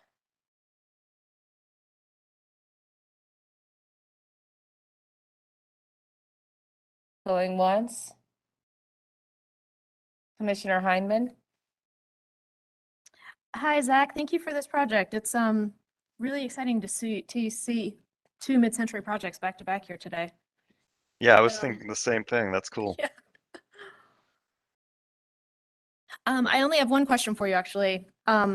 So many of the details that you've applied here are just really thoughtful and, very much in the spirit of what we've been trying to accomplish with the Oaklawn Park standards. So thank you for that. My only question is actually the enlargement of the street-facing window, and I think the challenge we're going to have is that the sashes have gone from kind of speaking this horizontal language of the house in this window to starting to speak a vertical language. And I wondered if you had explored any configurations in the window enlargement that might speak that horizontal language. No, we hadn't. We essentially did a stretch of kind of the current configuration. I imagine we could enhance some horizontality with some like a muntin pattern that's just strictly horizontal, so not a divided light like a grid, but essentially striping on the side windows with the double hungs. But short answer is no, we hadn't explored any other options other than the overall masonry opening there, and we suspected that this might be a question that came up. Gotcha. Thank you. That's truly the only question I have. Thanks. Yep. All right. Commissioners, any other questions before we close? All right. Closing in 3, 2, 1. Okay, we're closed for deliberation. Commissioner Heineman, why don't you kick us off in this discussion? In general, I feel great about this project. I think it's totally consistent with the standards that that we have thoughtfully developed for mid-century. This one is on the plaza, so the context is completely different. And in that regard, I think when we have encountered a lot of, I'll call on post-war cottages specifically, there has been an effort by residents of several of the districts to try to connect the houses to the street with that front outdoor room in the way that they see in their context, right? And we have come up with a variety of strategies to accomplish that without putting bungalow porches on post-war structures. And so I think that certainly the pergola is very consistent with what we've been trying to accomplish in the mid-century guidelines. But I think the idea of bringing the sill of the window down but maintaining the window opening is a strong one. And I think it speaks to the context of the plaza and the diversity of architectural styles on the plaza and the effort to connect this house to the pedestrian realm, that sort of semi-public, semi-private realm. But my hang up is the double hungs, having that vertical nature, which is what the staff hit on too. So I don't know, that is literally the only thing I would have to overcome in this. Yeah, and that's a challenge for me because, you know, looking at Windows 4.14, retain and preserve windows that contribute to the overall character of a building, including frames, sash, glass, mutton sills, trim, surrounds, and shutters, and ensure that all hardware is in good operating condition. So how do you work your way around that? And and it's not just for Commissioner Heineman. I'm just wondering out loud how, because I would deny it just on that standard alone. Unless there is some extenuating circumstance that allows us to provide an exception to that standard. We're not allowed to design for the applicants, right? So my response would be in two directions. One, that a very straightforward path, a very smooth, straightforward path would be to just, you know, remove that one element and say it has to remain the same, right? Because the applicant could always come up with alternate ideas and come back as changes to approved plans just for that window if they wanted, but it would not hold up the process for them given the backlog. Mm-hmm. But in the other direction is, I mean, as we look at it, if we were seeing this as a picture window with two casements that were 3 lights instead of 2, would that be something we'd approve? And I don't know if it would be or not. I'm asking that to the rest of the commission. I would say no to that one as well, for the same reason. I think that's helpful feedback.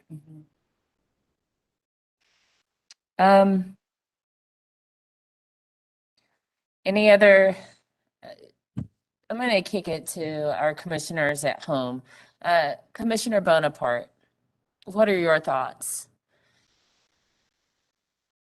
Well, I understood everything that Commissioner Hyman mentioned, and the nature of the window seeming more vertical, keeping the height the same. I mean, it's pretty straightforward in our standards. I also wanted to ask, were there any thoughts to the other commissioners around the round window addition? I forget whether it's along the left or right.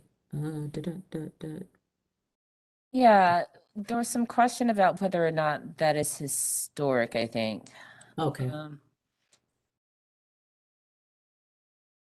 This is Christy. It's not, it's a new feature. Okay. So, yeah. Okay, let me kick it over to you, Commissioner Lineberger. What are your thoughts? I tend to agree that, you know, our guidelines are, our standards are very specific about maintaining original openings. So I agree with you, and I agree with Commissioner Heineman on that point. And I am struggling with the round window as well, just not being an original, if that would be an appropriate detail. And the mid-century modern style certainly is new to us, and we're going to see a lot more of it, obviously, but I'm unsure about that detail myself. Okay.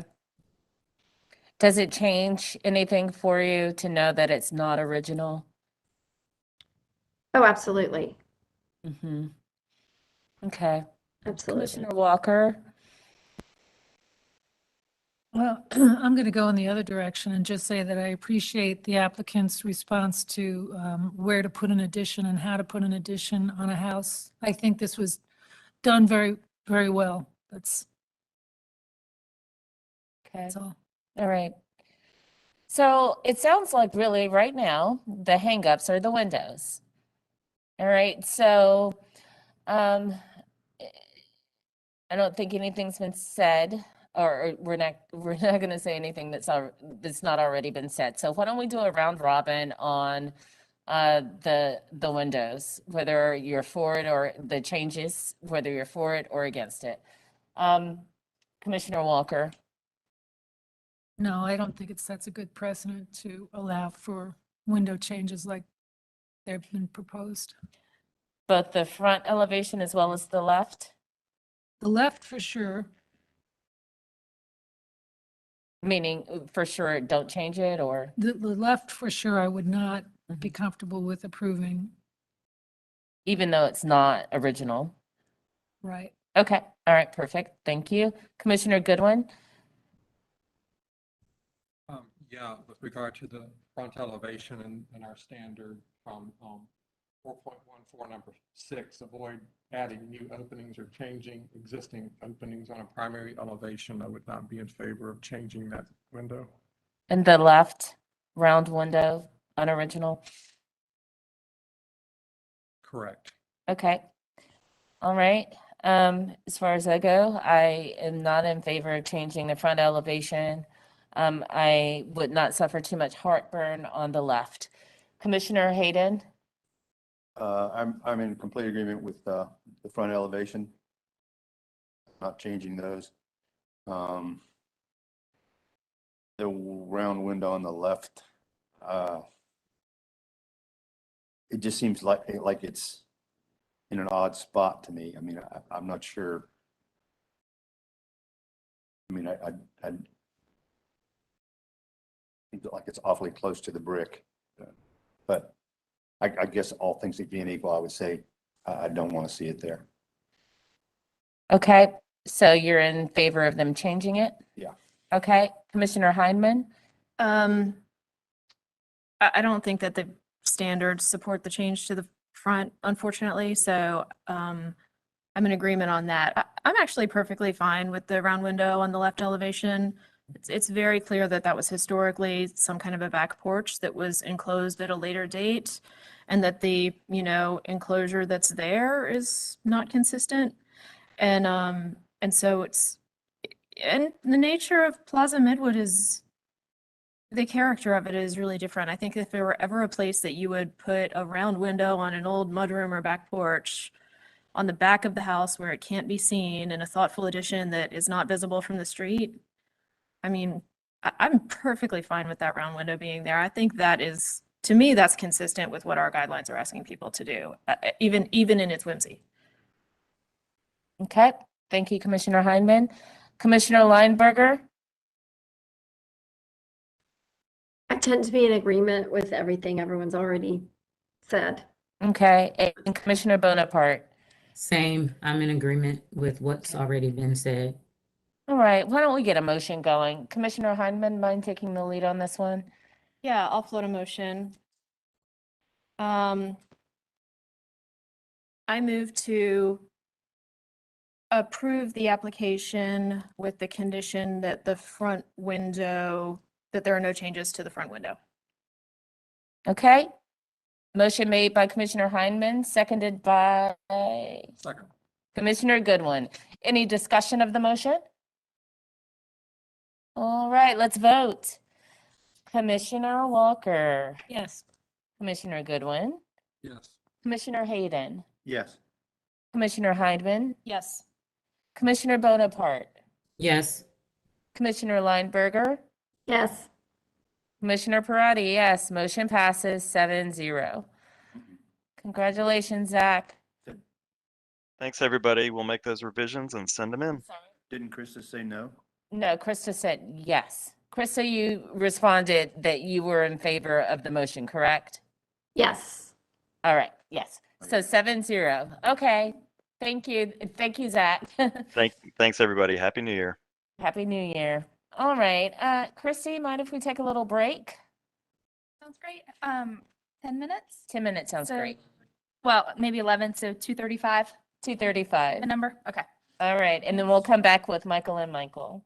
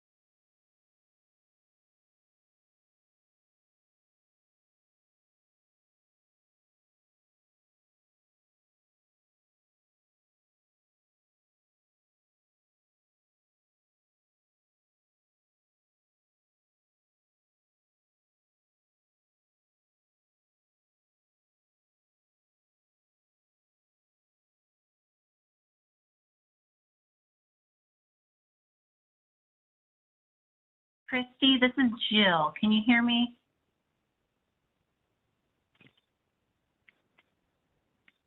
Or can anyone hear me?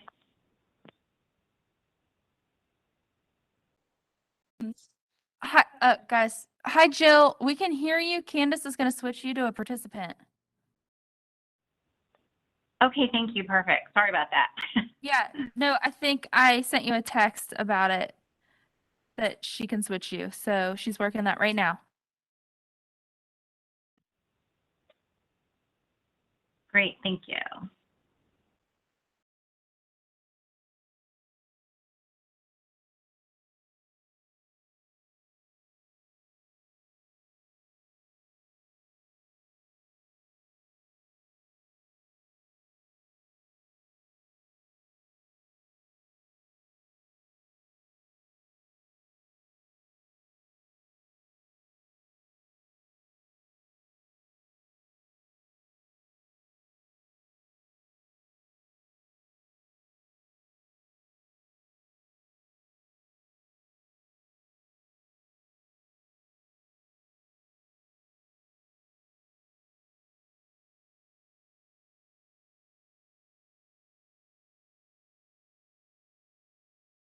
Okay, I think we're all squared away. We're going to get started again.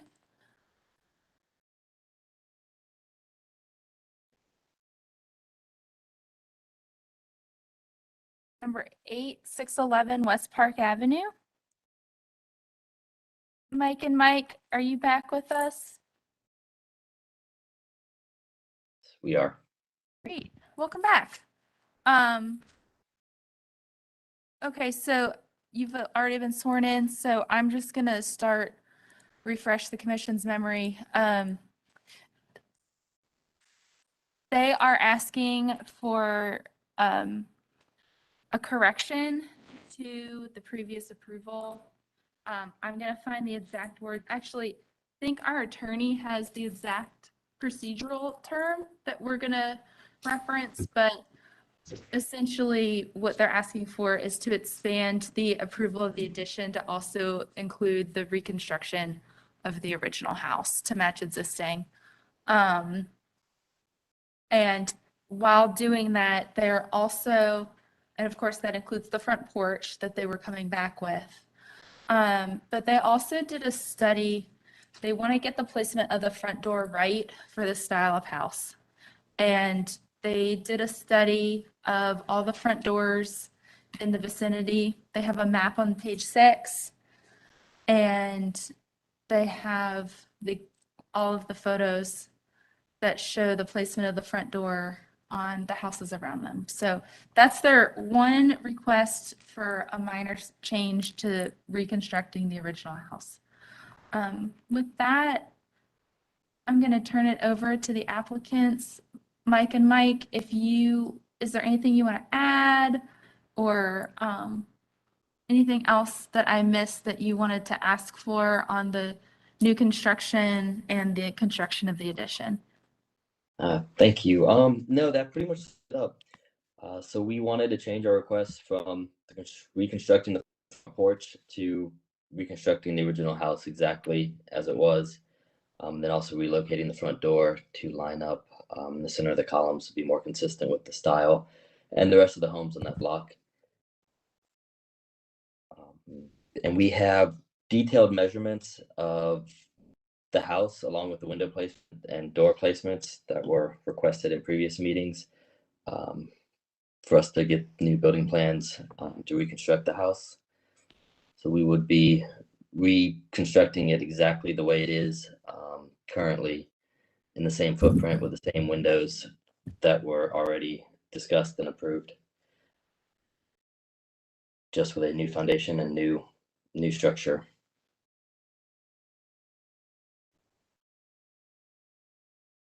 Okay. Thank you, Michael Hopkins. Wait, I'm sorry. Yes. Mike, would you please state your name and your address for the court reporter? Michael Hopkins, 211 Mill Road in Charlotte. Thanks. Is Mike Doney with you? He is. If he would state his name and address too. Hey, Michael Doney, 211 Mill Road, Charlotte, NC 28216. Thank you. Back to you, Kim. All right. So do we have anyone wishing to speak for or against this application? There's no callers. Okay. Commissioners, it's our time. I do have a question of both Michael Hopkins and Michael Doney. It's commendable that you're keeping the plans as is, but just out of curiosity, why did you choose to do that? It was a surprise to us when our structural engineer recommended demolishing the house. And we have invested a lot of time so far in the addition and the plans. And we're pretty committed to what the project was originally. So that seems to be the easiest path to recreate exactly what's there and hopefully have it approved as well, from a lot easier than starting over and trying to recreate something new. Thank you so much for being preservation minded. Commissioners, any questions of the applicants?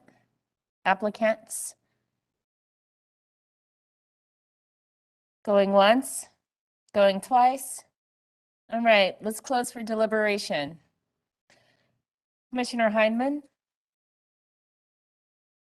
So given our previous approval at number 4, the door location, I think, is a moot point because we're no longer bound by that guideline. So I think putting the door in the centered location in the bay of the porch is perfectly fine and probably what we would desire in a new construction application. So I would move to make a motion to reconsider the November 10th, 2021 decision to approve the reconstruction of the house per the November drawings with the change of the front door location. I have one correction for you. Thank you. I found Jill's email. It's called a motion to amend something previously adopted. A mouthful. Okay. Motion to amend something previously Adopted. Okay, previously adopted. Okay, so I would move to amend something previously adopted, that being the November 10th, 2021 approval with conditions. The amendment being that the entire house may be reconstructed and that the front door location may be moved to be centered on the bay. All right. Thank you, Commissioner Heineman. Do we have a second to the motion? Seconded by Commissioner Walker. Any discussion of the motion? Okay, let's vote. Commissioner Bonaparte.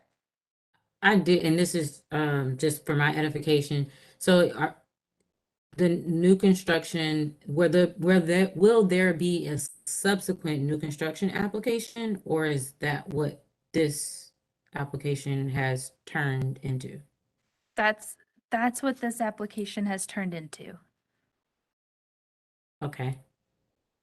And basically it's, you approved an addition and now because of the findings of the engineer's report and that the house isn't salvageable, they are amending their request to be expanded from just construction of the new addition to reconstruction of the original house to match the way it is now, essentially, with proper foundation height. So it's with the understanding that the house may be slightly taller than it is now because of the missing foundation in that back corner and the foundations having to meet code. I don't see why it would be taller. Okay, you can, okay, There would be no reason for it to be taller. okay, great. The foundations being brought to code has to do with how deep they are. Okay. And they can be made Dug down. deeper in order to create more crawl space in order to avoid having these issues in the future. But the actual finished floor elevation of this house should be exactly as it was before. Okay, great. Good clarification. Thank you, Commissioner Hinman. Thank you. And the only change, Commissioner Bonaparte, is they've asked to relocate the placement of the front door. Okay. Thank you. Uh-huh. Great question, Commissioner Bonaparte. You know, I'll also, in response to Commissioner Bonaparte's question, I would say that of the engineer reports that I have read in my career, the size and spacing of the studs in the walls of this house, the shallow crawl space and moisture damage, the lack of foundations, and the evidence of fire do put this project in a completely different category for me in terms of a reconstruction. It was kind of scary to see the pictures that were taken under the house. I wondered who risked their life to do that. And they should get paid very well.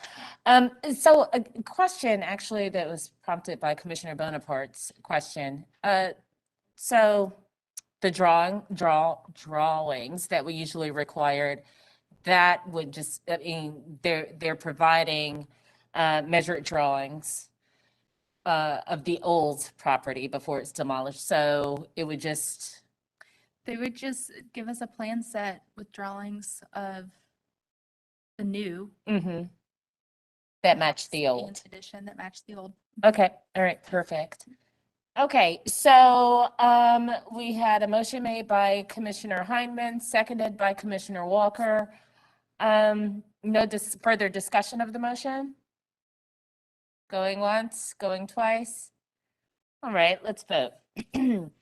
Commissioner Walker, Commissioner Goodwin, Yes.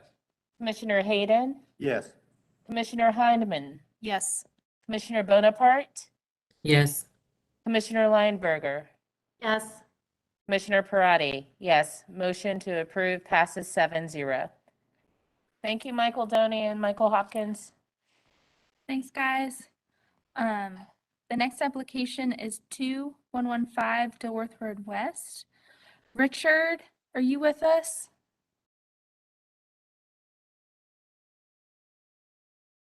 Yes. Hey, Good afternoon. Hi. have you been sworn in? No, ma'am. Okay, we'll do that first. All right, Richard, if you will, please raise your right hand and respond I do to the following question. Do you affirm the testimony and information you are about to give is the truth and nothing but the truth? I do. All right, thank you, sir.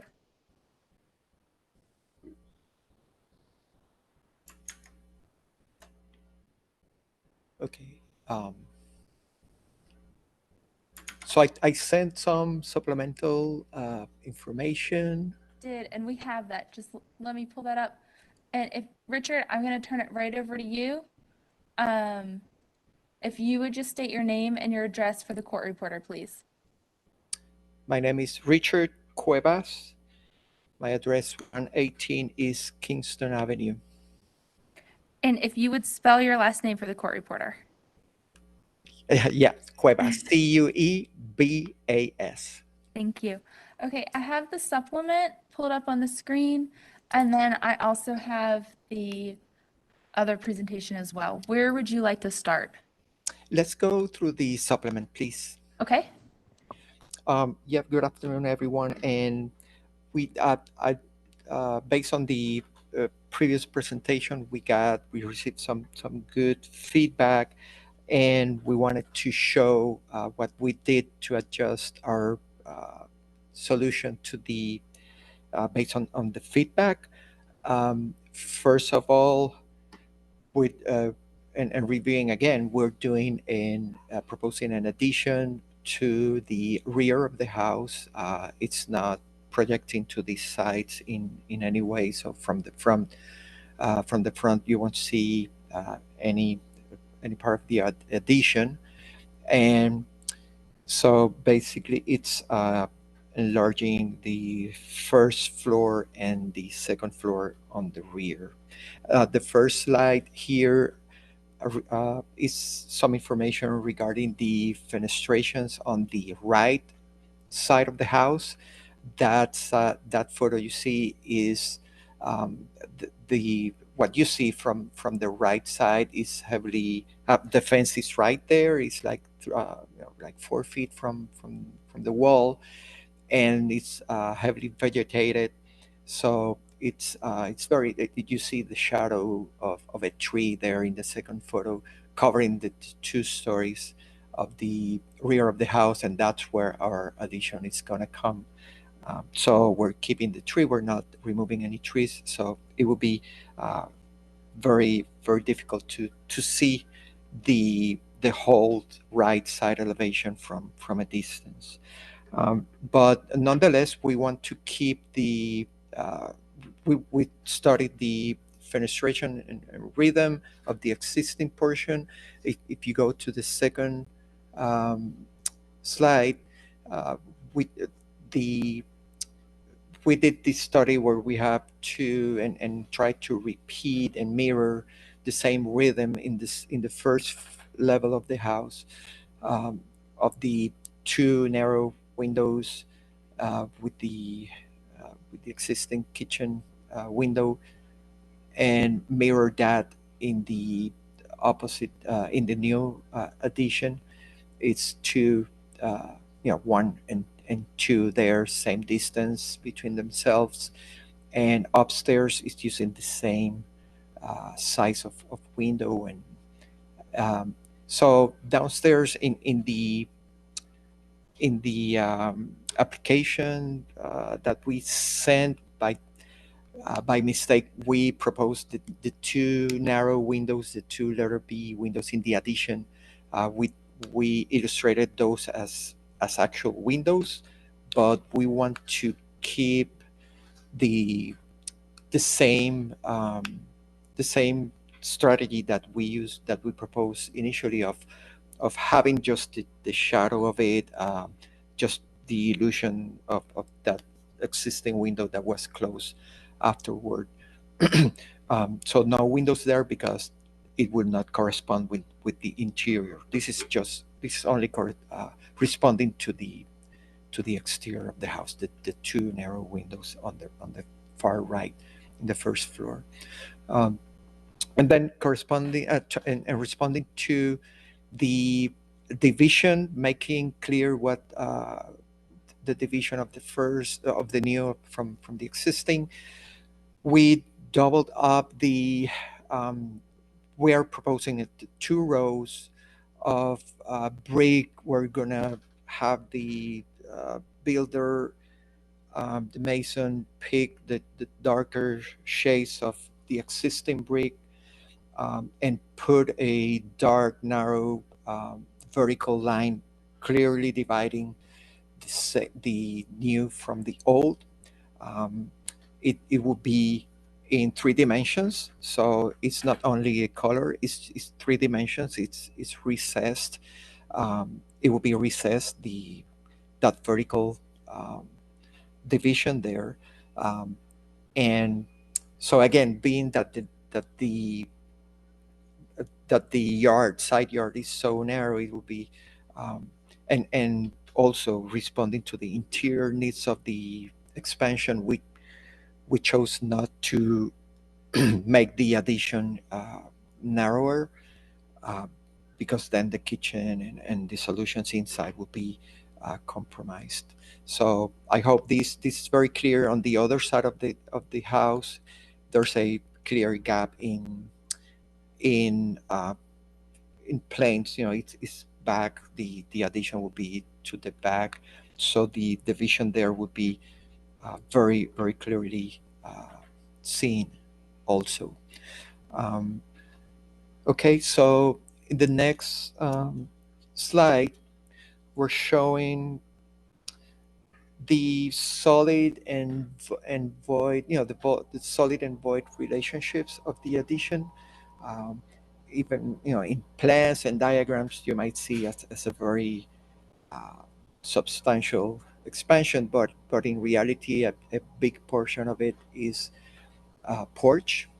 We have a portion, the cyan, the light blue shade is a covered porch. It's a combination of a covered porch and an open porch with the steps there. To the one facing the left side of the house is open, it's not covered, and then the one looking to the rear is covered. There's no we're not using that roof for inhabiting it or anything. So so again, no part of that will be seen from the front, and this is not a corner lot. So we're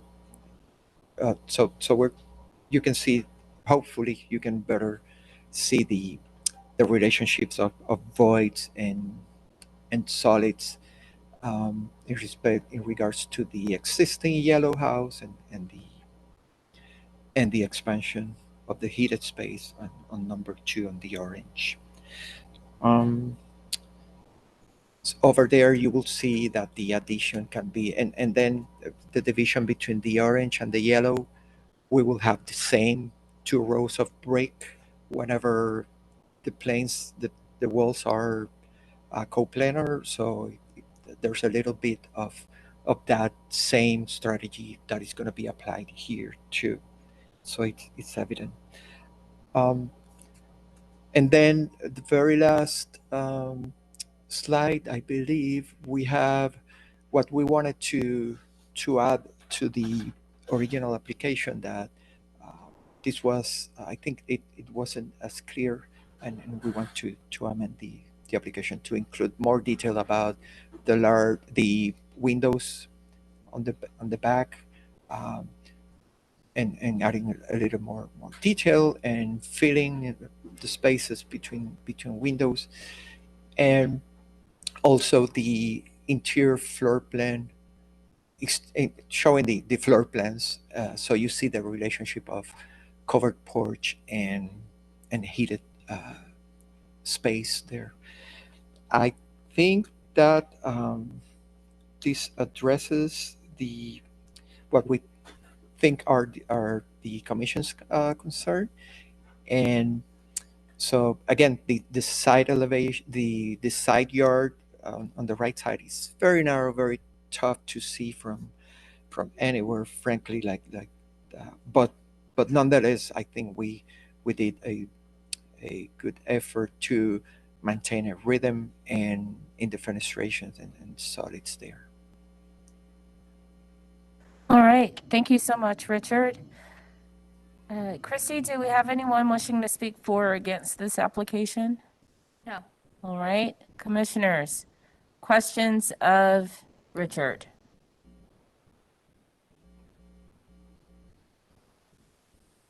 Okay, Commissioner Goodwin?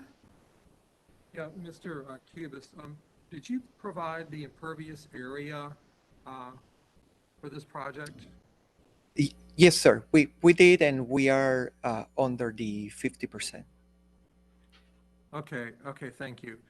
One other thing that I was looking for in the with the new windows is it's kind of hard to tell from the photographs, but it appears that the original windows all have a historic subsill. And just wanted to know if your new windows would also have that subsill as well. Yes, yeah, we will match the new with the old. Yes, sir. Okay, thank you. All right. Christy, the impervious calculations are shown on slide 4. Okay, They're very small. thank you, Christy.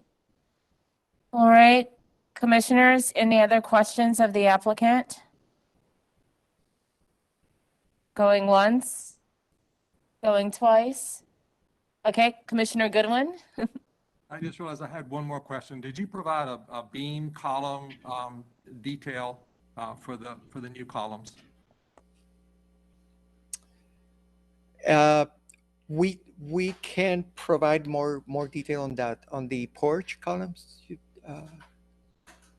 Yeah, that is correct. You know, the alignment showing the relation of the beam to the column below. No, but I'm certainly happy to provide to the staff. Okay, thank you. All right. Any other questions? Are there any trees being removed? No, ma'am. Mr. There's no Cubis? trees being removed.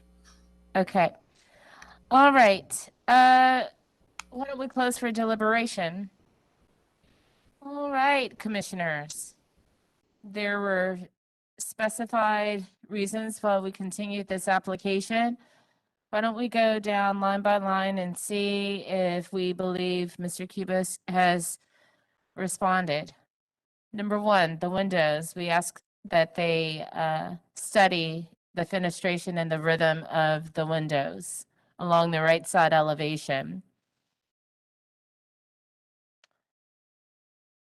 It's clear documentation provided. It's a matter of whether or not we think that that's sufficient. So,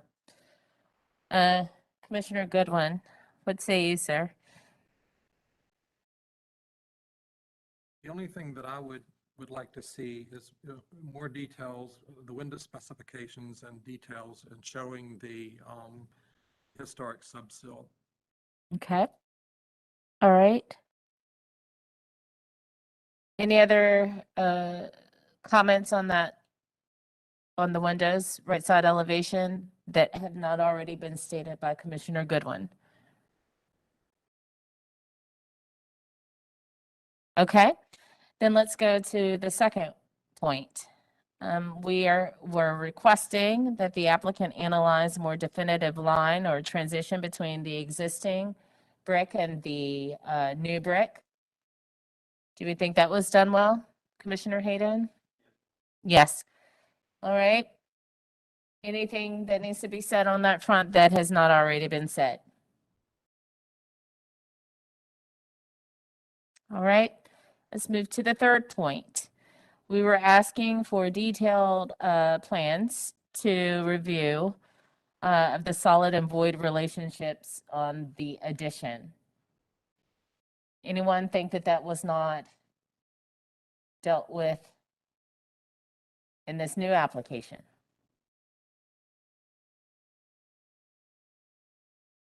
All right, so our final point, we were looking for the differentiation. We wanted to make sure that the design was compatible. The design of the addition was compatible to the existing building. In terms of the form, scale, directional expression, roof forms, and materials. Anyone feel like that was not handled by Mr. Cubis? Excuse me.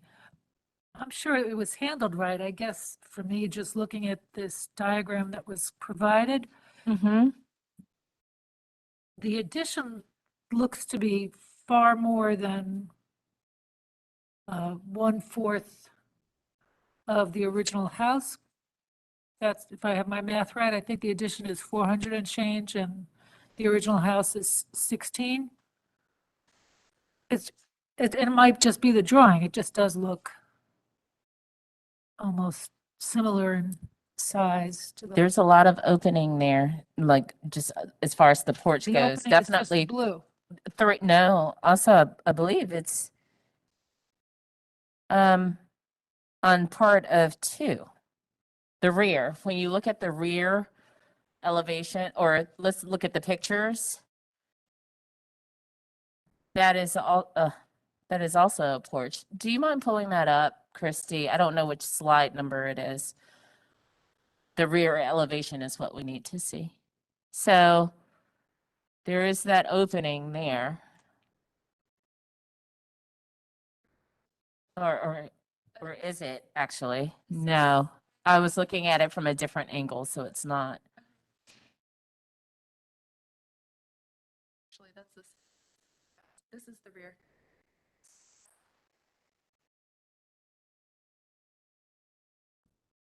No, it is. All of that's open space. It's the late January 22. Slide 11. Yeah, so the architect has it done correctly. The blue is where it's open, and the orange is the addition. Yeah, but on the addition on the back, there's still open space. That whole space is, if we look at slide 11, that's all open space. Right here, yes. Right, and that's blue. That's the blue section. Is that the blue section? Yeah, this is the wall behind.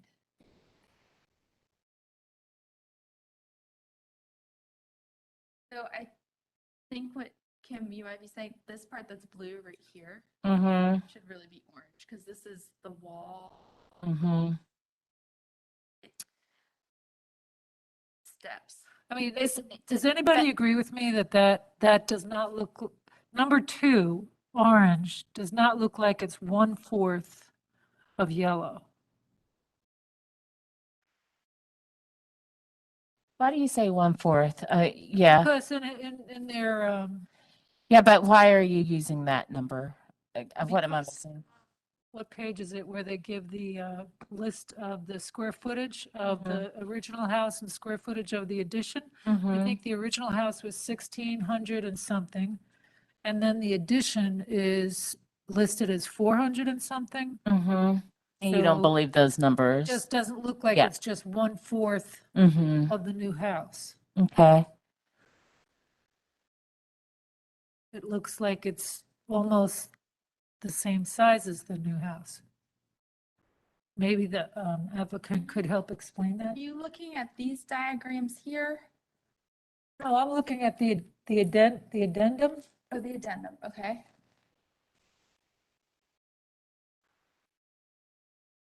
So if number 2, which is the addition, Uh-huh. is 400 and change, and the original house is 1,600 and change, that means number 2, the addition, should appear to be 1/4 of the original house. Where are you getting 4 and Where's the page that the architect wrote all the,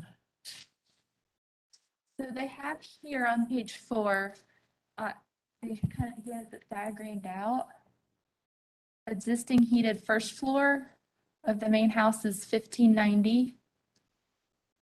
Oh. Existing second floor is 990. okay, I'm looking at page 14, Okay, and it says the existing house is 1,623, and the house addition is 431. okay, so page 14 is the same page. It was just from a prior presentation. Are you looking up here? Yeah. Okay, I think he's just using the house addition, the footprint, because we just use the footprint addition for determining the 50% open space in the rear yard. So No, I think that, the, because the original house is 1,623 square feet. yeah. So here's the original house. Here's the addition on the first floor, and here's the addition on the second floor. So I think what they're just showing is this first floor as 400 square feet. And what you might, I think you're right in that we need to know, is that 400, actually, hold on, let's look, is that 400? Okay, so he has it broken out. So he has it broken out to 431 for the house addition, which would be this grade part is 431. And then for the porch addition, he says that it is the new covered porch and steps is 304. So 735 is what this total space is.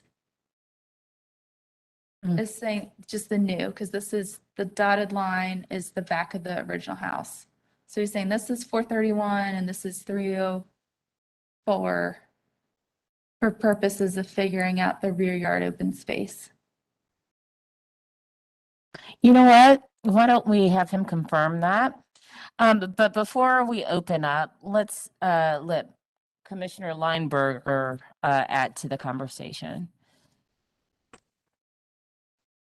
I'm not sure I need to comment anymore, but I took my hand down, but I was just gonna make a note that I think that the void, the solid and open void illustration is helpful, but I think it's might be just a little bit deceiving where it looks just the viewpoint of that and the way it's done, it makes the addition look larger and appear larger than it really is. I think it's just the perspective of it, and you went into a lot more detail after I raised my hand to say that, so.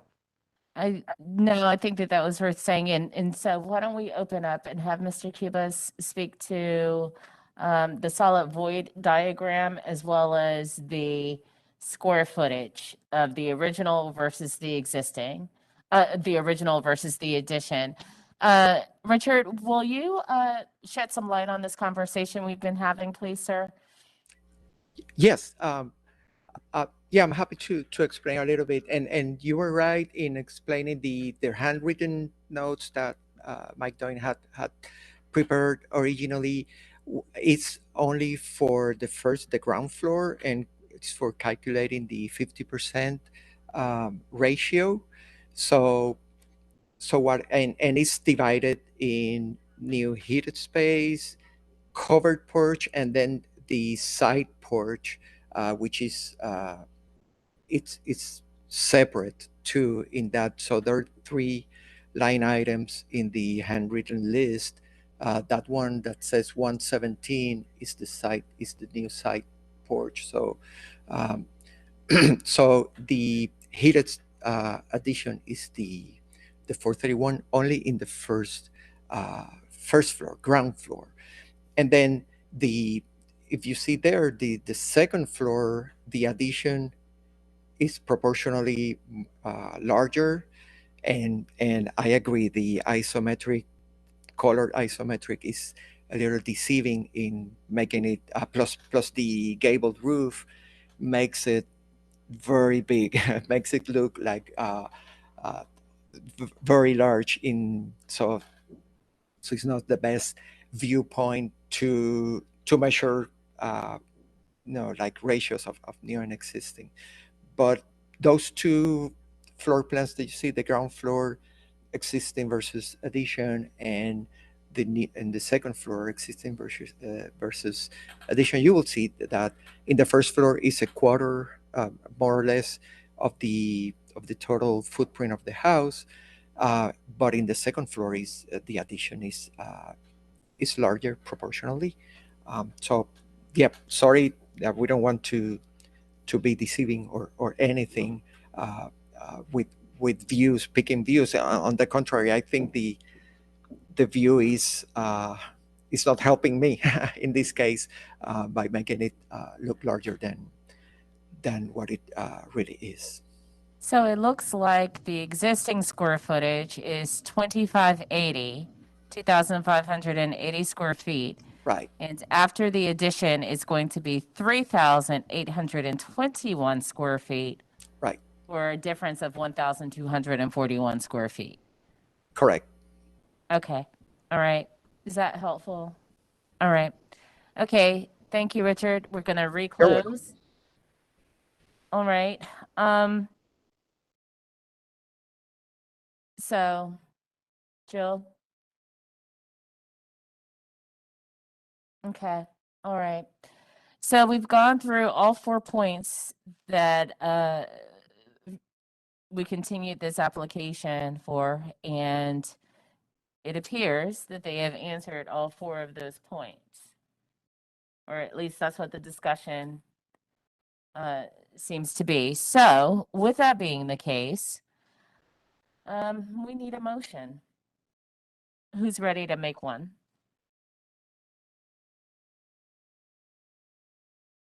Commissioner Goodwin? Ted?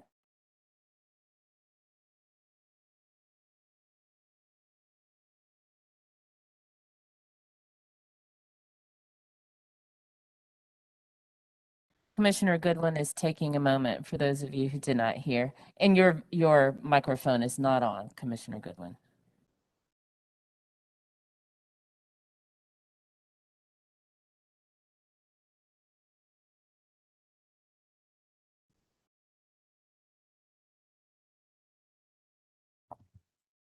Okay, I make a motion to approve this application, that it is not incongruous with the district, meets the standards for additions, Chapter 7, and new construction, Chapter 6. Commissioner Goodwin, I'm so sorry to interrupt, but we cannot hear you. You need to turn it on and put it closer to your mouth. Can you hear me now? Yes, that's great. Okay, thank you. All right, I will start over again. I make a motion to approve this application and that it is not incongruous with the district. It meets the standards for additions, Chapter 7, and new construction, Chapter 6, subject to the applicant submitting permit-ready drawings to staff for final review with the following conditions: to provide additional window specifications and details, especially with regard to the historic subsill, and also to provide beam column alignment details. All right, thank you, Commissioner Goodwin. Do we have a second for that? Seconded by Commissioner Hayden. Any further discussion of the motion? Okay, let's vote. Commissioner Walker? I'm sorry. Commissioner Goodwin? Yes. Commissioner Hayden? Yes. Commissioner Hindman? Yes. Commissioner Bonaparte? Yes. Commissioner Lineberger? Yes. Commissioner Parati? Motion to approve passes 7-0. Thank you so much, Mr. Cubas. Thank you. I'm wondering, we have a bit of a scheduling issue. Okay, Can we skip to number 11, 1838 Merriman? sure. Okay. All right. David Wales, we are moving over to you. Are you with us? Yes, I'm here. Hi, David. Have you been sworn in? I have not. Okay, we'll do that first. Hi, David. Hi, If how you are you? will, Happy New Year, sir. If Happy you New will, Year. please raise your right hand and respond I do to the following question. Do you affirm that the testimony and information you are about to give is the truth and nothing but the truth? I do. Thank you. Okay, this next application is for an addition at 1838 Merriman Avenue. And the applicant is also requesting to replace the trim on the front columns and replace the front entry door. All original windows will remain and all materials are to match existing. The small patio and fire pit that are shown on the site plan are eligible for administrative review. And with that, David, if you would state your name and your address for the court reporter, you may get started. Okay. Name is David Wales, address 400 Roselawn Place, Charlotte, North Carolina, 28211. All right. So the project at 1838 Merriman is it's a small brick home, which is in a fairly good condition. The main plan or the design proposal is for an addition on the rear of the property. If you see on the rear of the property, there is a laundry room addition which will be demolished. But that and the front door are the only significant removals from the existing project. As you can see, you can't really tell in the view, but the fan door that is currently installed is not the original door. It is a fiberglass door, and we would like to remove it with a solid wood and glass front door to match the style of the home. The existing surround shown there would all remain, and any repairs to that, which are very minor, would be made at that time. Next slide. Oh, and also Christy had mentioned that we were right now the front columns are just a 6x6 post with a very small trim, and the trim is currently rotting, and there's nothing there at the base, and so we were going to replace some of the rotted trim at the capitals and add some small trim, which you'll see on the elevations at the base. As you can see here from the site plan, the addition comes straight off the rear. You'll see when we get to the side elevations that the roof line along the left side of the plan is going to mimic the existing gables that are towards the front of the house. I think Christy also mentioned that we have a fire pit and patio in the rear of the property that would be masonry, brick masonry, and stone that I think she said could be covered by administrative approval. Next slide, yeah. So as mentioned, all the existing windows and shutters would remain. The shutters would be repainted. The chimney will remain. The only major changes being that the front door and the trim on the columns. Next slide. Again, with the rear of the house, you can see we're basically continuing the roof line for the addition there to the left side, straight out the back, and the side gable, which again, when we go to the next slide, you'll be able to see that more clearly how that mimics the existing architecture. Next slide. Oh, actually, can you go to the next one first, and then we'll go back to this one. So the second gable follows the exact proportions and in scaling as the front gable. However, treating it a little bit differently with since we won't have a chimney there, but mimicking the two windows flanking the chimney and adding two more in between them, as well as a wood vent in the gable. All siding would be brick to match the existing, with a row lock detail along the foundation line, which is also matching the existing.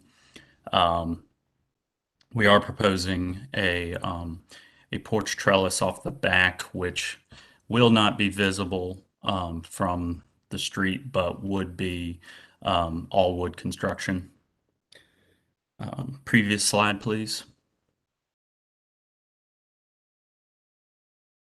The rear addition here, the three small awning windows in the bedroom, all even though they're a new window type, they will have the grill proportion to match the existing windows.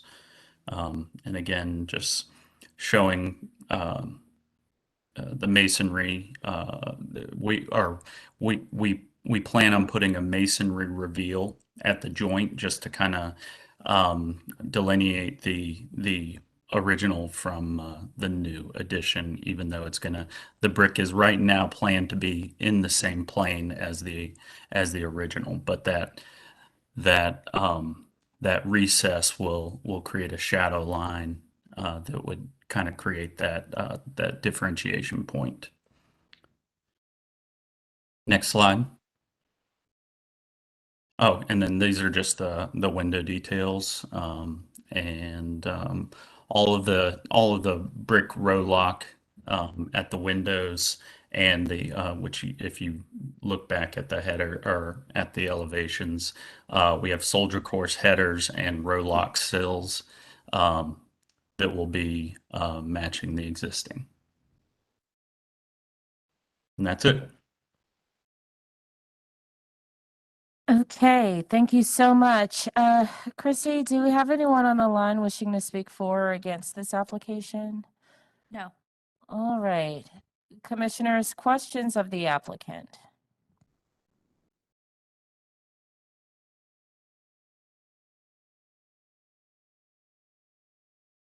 Any questions? Commissioner Lineberger. Yes, hi, David. Thank you. I think this is a really sensitive addition. I do have a question about, this is such a minor thing, but I'm confused about the address. It says 1838, but on the application and is listed, but I'm sorry, 1838, but then the numbers on the house say 1836. I don't know if that's just No, I'm confused about it too, Krista. It's been on, I can't figure it out. Every different location I look, it's one or the other. I think on Polaris, it was 1838. On the house, it's 1836. On the deed, it's 1838. It's a little bit, I'm not really sure, to tell you the truth. I haven't gotten to the bottom of that yet. That is so interesting. Yeah. Okay. But other than that, I just had a question about some of the windows, just the fenestration and did you look at any other options, for example, on the rear elevation? Some of the windows to me, I guess where I'm coming from is there just seems to be quite a variety of window types and different lights.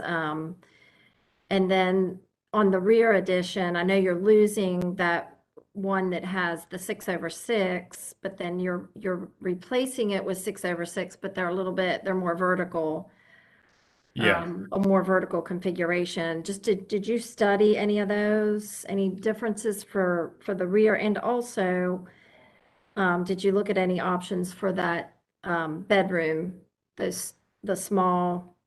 Yeah, it was it really had to do with more of the how the rooms would most likely be laid out, based on the proportions of the rooms in the floor plan.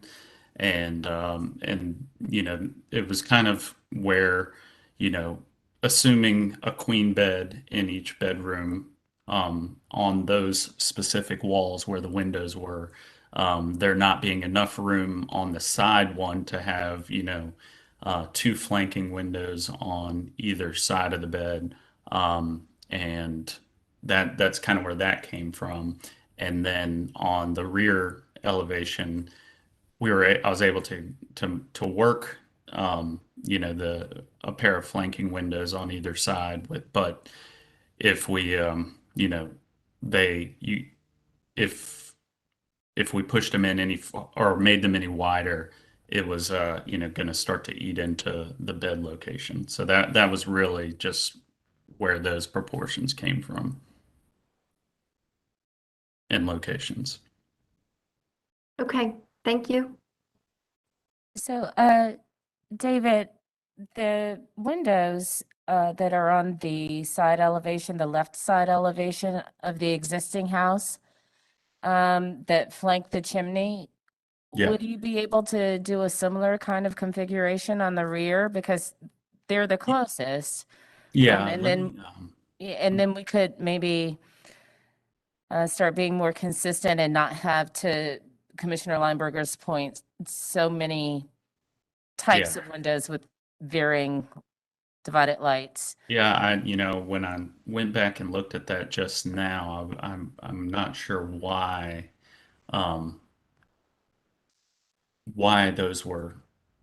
that proportion was used versus the ones on the side. Yeah, and I think I submitted this project in June, so I'm trying to remember some of those decisions that were made. So Sure. let me think. I understand applicants have to have long memories these days. Okay, so no, I was incorrect. The rear elevation actually, one of them is in a closet and one of them is in the master bathroom, on the rear, and just kind of, but I think I can definitely make the proportion from the side windows along by the chimney work. Okay. Yeah. And then, on the right side elevation, not to beat the windows to death, but we have the transom windows, the triple king transom windows. Yep. And I If we think, would- and what you can't see it, but I've actually already changed those to the same windows that are on the other side. So we'll Okay, so the rhythm will yeah. keep moving forward. Yes. Okay, that's great news. Yep. All And right, I think that's my mistake. Christy and I talked about that and I changed them and I guess I never got her the updated elevation. Okay. All right. Those are all my questions. Any other questions, commissioners, before we close? Yes, Commissioner Heineman. Hey, David, I have a question about the left side elevation, actually. Okay. Same comment as before, really sensitive project. Thank you for this. The new gable, which I find incredibly charming and really suited to this house, the ridge of it is just a little bit higher than sort of what I would call the front back ridge. But if I go to the left side elevation, it's not. And so I'm wondering how that reconciles on the left side elevation. Does that make sense? Yes, I see what you're saying. I think I'm not sure why if it's just something with the view depth of the view, but I think that's all it is. Because if you go back to the right side, you can see where the existing one does poke up above the rear ridge line some, and I was following that same ridge line on the new gable. So it would poke up a little bit above there. Okay, so it's something in the is it an elevation that's taken from a model? Is it giving me some receding perspective or Yes, something? yes. Okay, I understand. Yeah, So there will be a little point there on would the be. on the Correct. backside. Okay. And then my other comment was just the same. The goal with the new windows is for the divided light arrangements to proportion out with the historic divided light arrangements. And so to the extent that we can get away from the transom windows and that we can have, window panes, knowing that they're simulated divided lights that are proportioned to the historic windows, that would be the goal. Yep. And the ones in the application on the back have that kind of horizontal nature, but if we could get them back towards something that either matches or coordinates in a proportional manner, that would be great. And I think that's probably all staff approvable. That's everything for me. Okay, thank you, Commissioner Heineman. Okay, Commissioner Lineberger, do you have any, did you take your hand down? I'm sorry. I didn't. Okay, perfect. So why don't we close for deliberation? It sounds like, just based on our questions and discussion with David, that we're gonna want to see something change with the windows. We're gonna want an accurate depiction of the gable roof line. What else? Anything else? Okay. Well, Commissioner Lineberger, I'm gonna kick it over to you. Do you think you could float a motion on this one? Sure, with a little help from my friends. You get by with a little help from your friends. We're here. Okay, give me a moment. Okay. But I guess we're consensus sounds like we're approve with final staff approval of the window changes we specified. It sounds that way, yeah. Okay, so Commissioner Heineman, you phrased that so eloquently, so if you could help me on how you phrased some of those changes, I'll work on it on this end.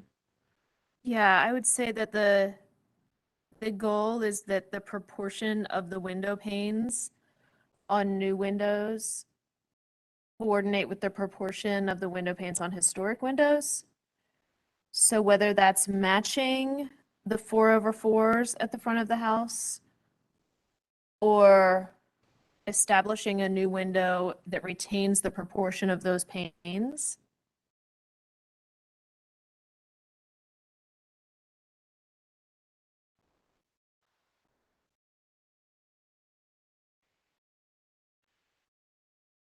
Okay.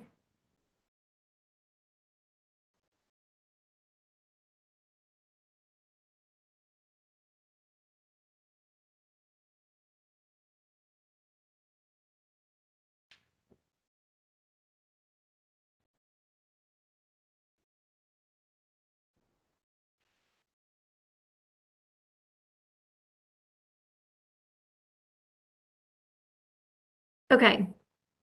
Let me give this a quick shot here. So I make a motion to approve this application as it meets the standards for additions.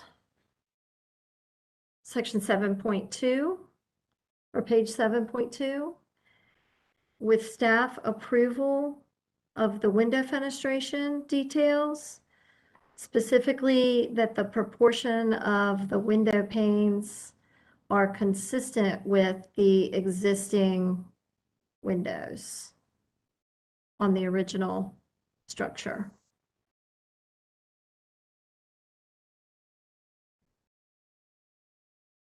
Does that cover? Did you mention the gable just having accurate drawings? Oh. In addition, provide accurate drawings of the gable. Gable addition. roof, yeah. Mhm.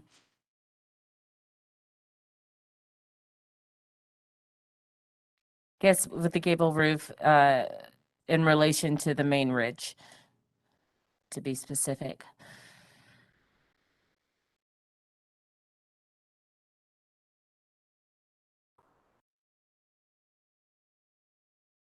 Commissioner Lineberger, Yes. one of one of the things that David wants to do is change the porch columns. So could we speak to that, because I'm not in agreement with that. Okay. And I'll give you So- guideline numbers here shortly. So is that retaining, just matching the existing? So it's 4.10, replace historic doors that are beyond repair with a new door of the same size, design, material, and types as used originally, or sympathetic to the building style, including number and orientation of panel and location and size of any glass. That was 4 point. That was 4.10, number 2. Okay.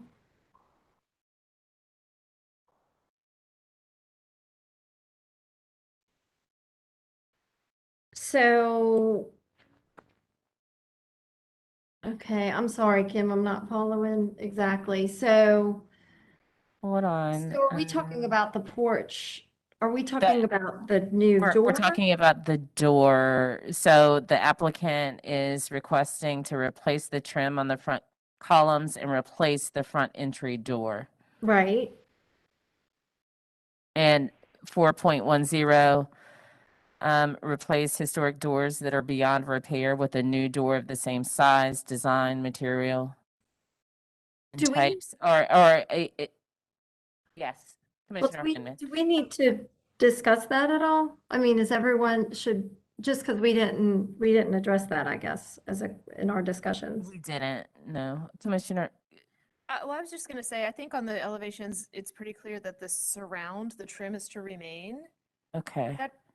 That's like an 80s door. I don't think there's, An original that's not an original door. That's like an 80s style Home Depot door. Yeah, he said it was fiberglass. Okay. So that's not, I don't think that's falling into our guidelines. I think the door that he's proposing is far more appropriate. So let me catch up, because there's something about trim. Yeah. Mm-hmm. So the changing of the column trim should be addressed.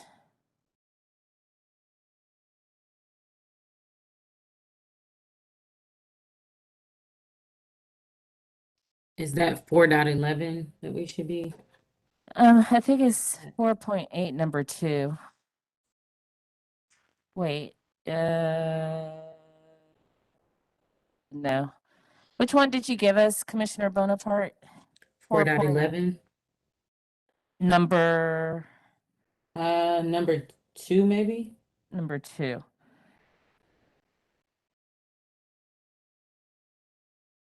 I agree with Commissioner Bonaparte. on that.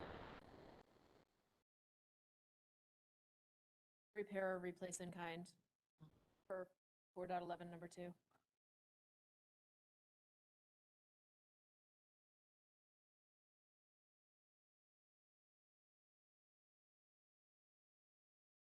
Okay.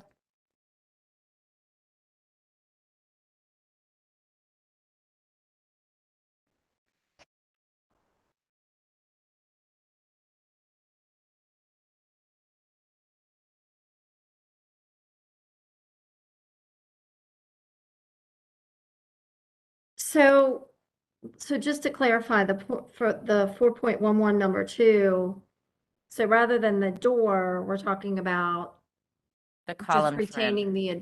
the existing trim or of matching the columns, existing yeah. trim. For the Mhm. columns. Please strike my front door comment from the record. It's about the column trim.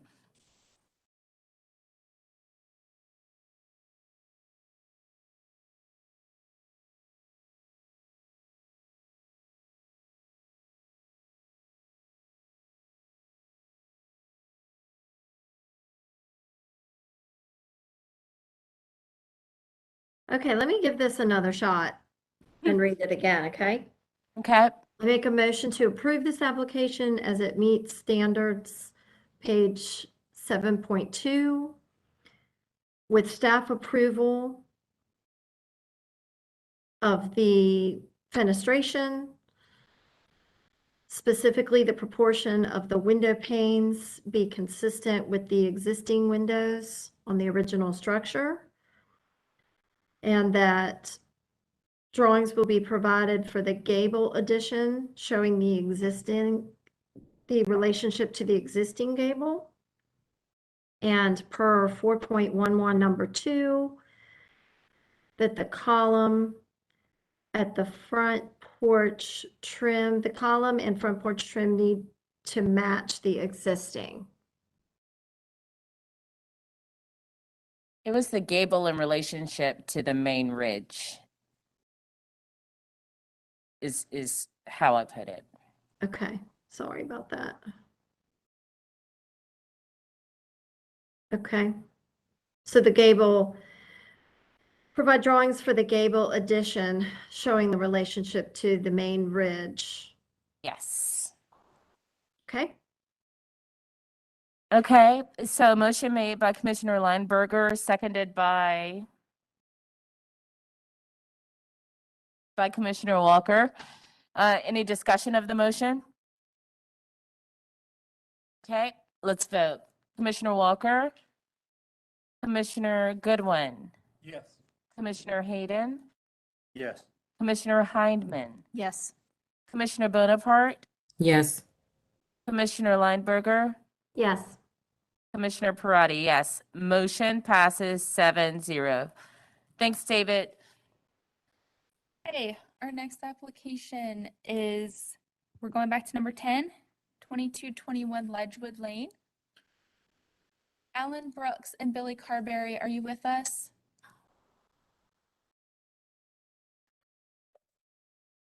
Yes, Hi, Alan. Is Billy, I know he wanted to join. Is he with us? he's remote, but he was trying to. I'm not Okay. sure. Okay. Well, let's go ahead and get you sworn in. Okay. Okay, knowing we might have to swear Billy in a minute. Okay. All right. Hi, Alan. If you will, please raise your right hand and respond I do to the following question. Do you affirm that the testimony and information you are about to give is the truth and nothing but the truth? I do. All right. Thank you, sir. Okay, this was a continuation from the December 8th meeting.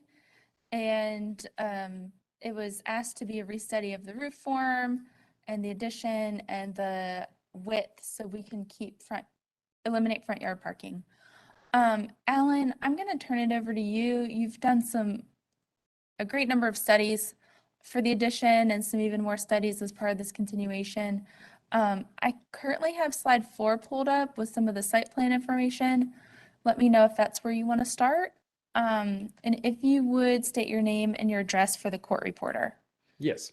Alan Brooks, 2021 Euclid Avenue, Charlotte. Okay, thank you. All right, Alan, I'll turn it over to you. Okay, well, after the last meeting, the continuance points were basically the reset of the massing, the roof form, and the complexity. And we heard comments from almost every commissioner. The participation was really nice to have all the that there was a positive direction, but there were improvements could be made, and that's what we tried to do. If you'll go to slide number 6, I think it is, which is the front elevation. Yes, you can see that we brought back the original roof line of the house with the front gable, and that has the hip little side gable, and brought all of the roof's forms to a hip that would recall the original hip one on the front, and incorporating the front part of the addition beside the driveway would be in brick at the same dimension as was before. That allowed the parking space there, and also included a window at that location. And then the further back at the end of the driveway would be the entry into the kitchen, and that would be sort of mudroom, laundry room. And the drawing interprets it as almost like an enclosed porch, in that it would have a column, corner pilaster, and be in shingles. And this recalls the front porch columns, which are on the brick piers. But the intent was there to not make it look as, like an infill. If we go to the slide number 7, the right elevation,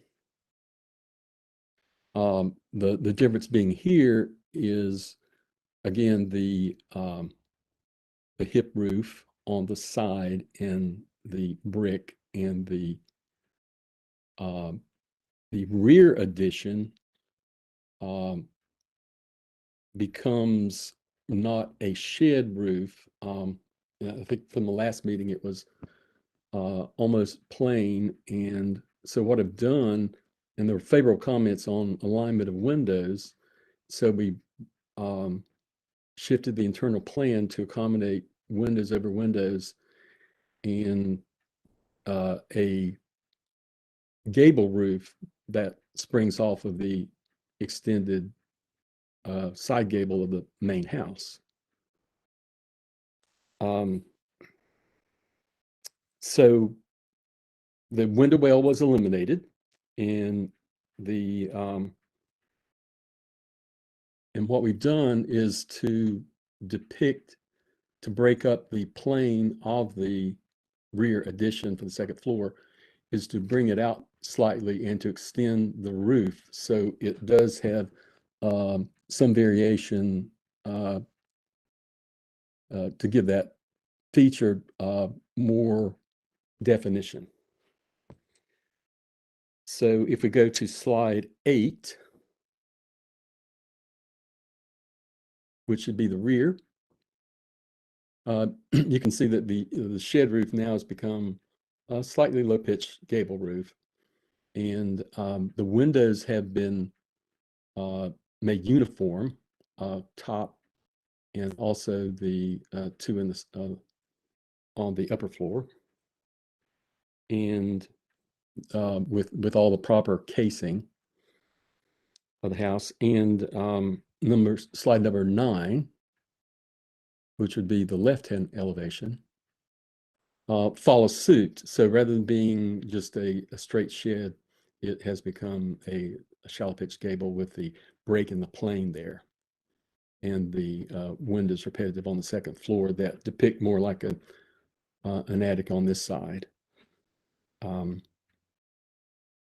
So that is the shape and form in the roof line that has been changed from the last meeting. And there was the part of the driveway width of the house study, which I have. That I think would be the slide, GIS slide number, let's see, number 16.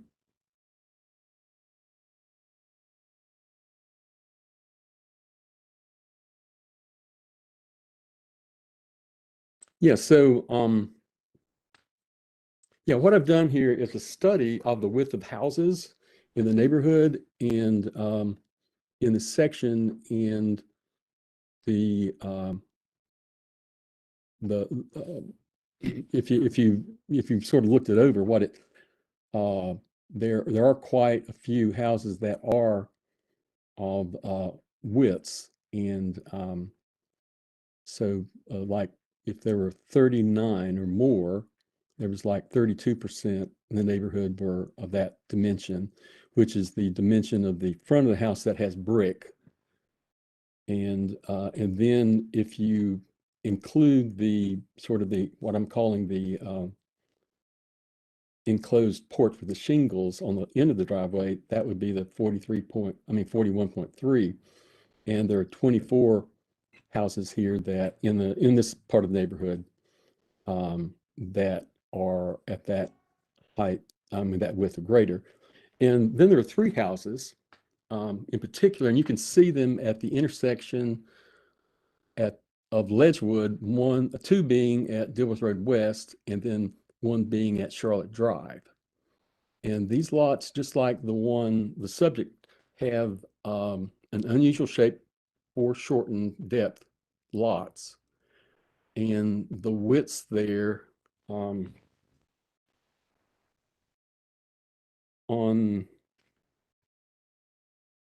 the ones that are at 2215 Dilworth Road West, if you want to go to the slide, the next slide, I think that would show that house. This is a house, and actually it's like I say, at the intersection of Ledgewood, built basically the same era, and its width is 44.25 feet, and the house beside it is, if you want to stay on this one, is 46.5. But it's interesting that, well, I'm the architect for this one right now, and it's but for rear and interior. But the point I'm making is that it has the almost the same ridge height as the proposed on the Ledgewood house, with almost the same pitch. But this house had the advantage of having a compliant upstairs attic space with that is readily available for. But it's just kind of interesting that it was very similar. So, in the next slide, if you will, which is the house right beside it, and you can see that this one has a width of 46. But all these houses were sort of in the same era. They're bungalows, but they have enclosed eaves, and this one has an open porch. And then if you go to the next house slide, this one's at the corner, at the intersection of Ledgewood and Charlotte Drive. A different house and a 2-story version, but the width there is 43 feet, and the side porch has been enclosed. So, there are several houses in the neighborhood that are, have a wide portrayal, and this house sits, the subject house sits beside a house that is the one to its left that has if you would go to the, Christy, I'm not sure exactly which slide that is, but it's the one of the street survey.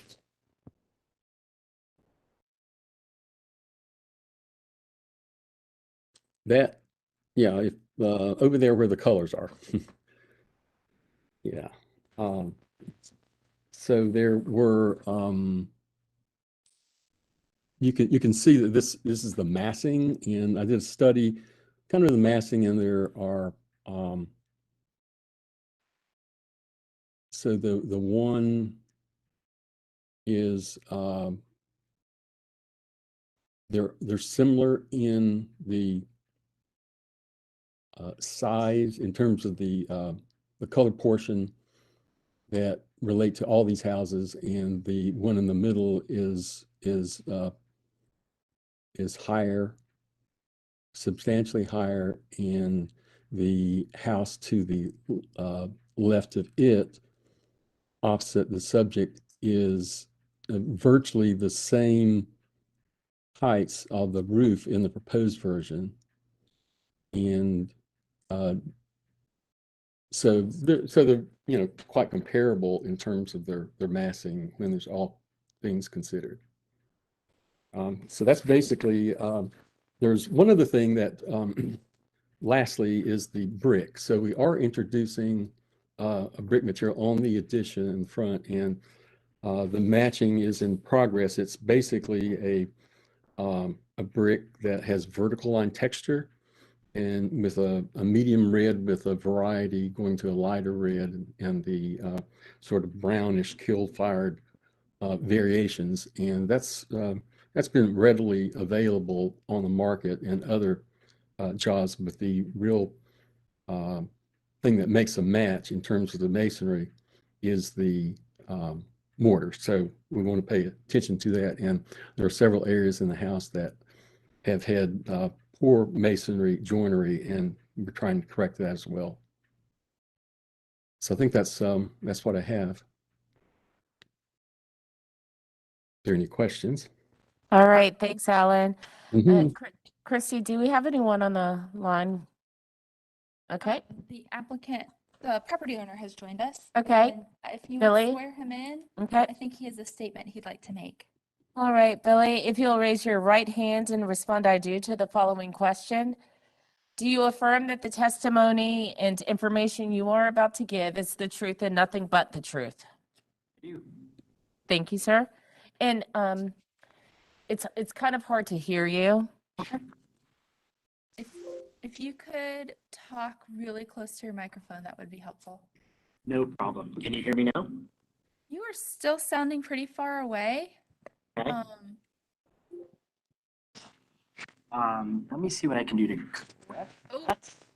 Whatever you just did was working. Okay. All right. So I'm going to hold my computer in my hand here and hope this continues to work. All right. So I appreciate it. Thank you again to the commission, to the staff for allowing us to continue with this project, get to this point in the design. So, first I really want to say this. We have gotten to a much, much better place with this design since October. And I really want to thank the commission and the staff for their contributions to this project. This is not easy work. It's not easy on our end. It's certainly not easy on your end.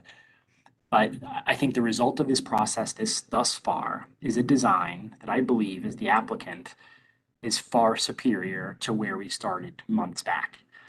And I recognize that we, Alan, myself, my wife, happy family now at this point, have been consumed by this project for 16 months, and there's risk with that and getting too close to the project.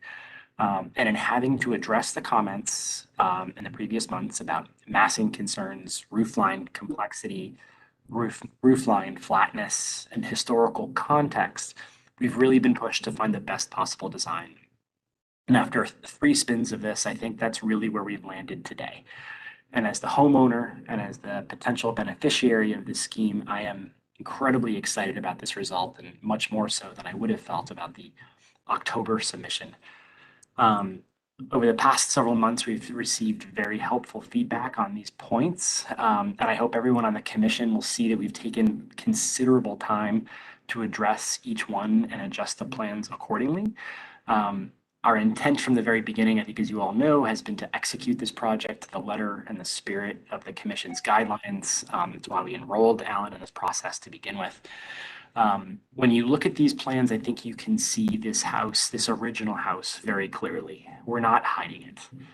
We will always be good stewards of this house. We want to invest in it. It needs the investment. And this is true both inside and outside. And I know the scope of the commission is mainly the exterior. But of course, on our end, we need to be concerned about the interior as well. And our design criteria from the beginning has been to preserve the original floor plan as much as possible, down to the hardwoods and the doorknobs that give this home its creaky character. This isn't too popular these days, as I understand this desire for maintaining the original gracious formal rooms, the bedrooms, in favor of much more open plans. But doing so is what we're also trying to achieve beyond the scope of this meeting. And I mention this because a lot of what we're trying to make work on the exterior is also in service of what we're trying to preserve on the interior. We're just trying to solve for basic practicalities, like not having a kitchen big enough to fully open the refrigerator door, and my having to eat dinner every night with the family while sitting on the kitchen counter. So we know this lot is compromised, we know it's odd, and we're working with limited options. And I think that we've done the best we can in this submission to solve for those practicalities while staying within the variances granted to us by zoning. And that said, we know the front elevation has a very prominent position at the T here of Ledgewood Lane and Sarah Marks, and I'm confident that our design does that location justice. Many kudos to Alan for his extensive research here on neighborhood context. So thanks for the time today. If you may allow me to make a humble ask of the commission today. I suspect there will be additional questions or requests, and where possible, I'd like to ask that Alan and I take anything outstanding to staff for approval and consultation as needed. We have been very actively engaged with staff, including Candace, who's even been to the house to help us study the brick in detail, and will obviously return to the commission if we get stumped in execution or run into any other unforeseen issues, et cetera. So that's my humble ask today, and Happy New Year to you all, and thank you. Thank you so much, Billy. All right, commissioners, questions of the applicants? Questions of the applicants. We have 3 points that we use to continue this. Any questions before we close? Commissioner Bonaparte. Yeah, question to Alan, and this is just a clarification for me.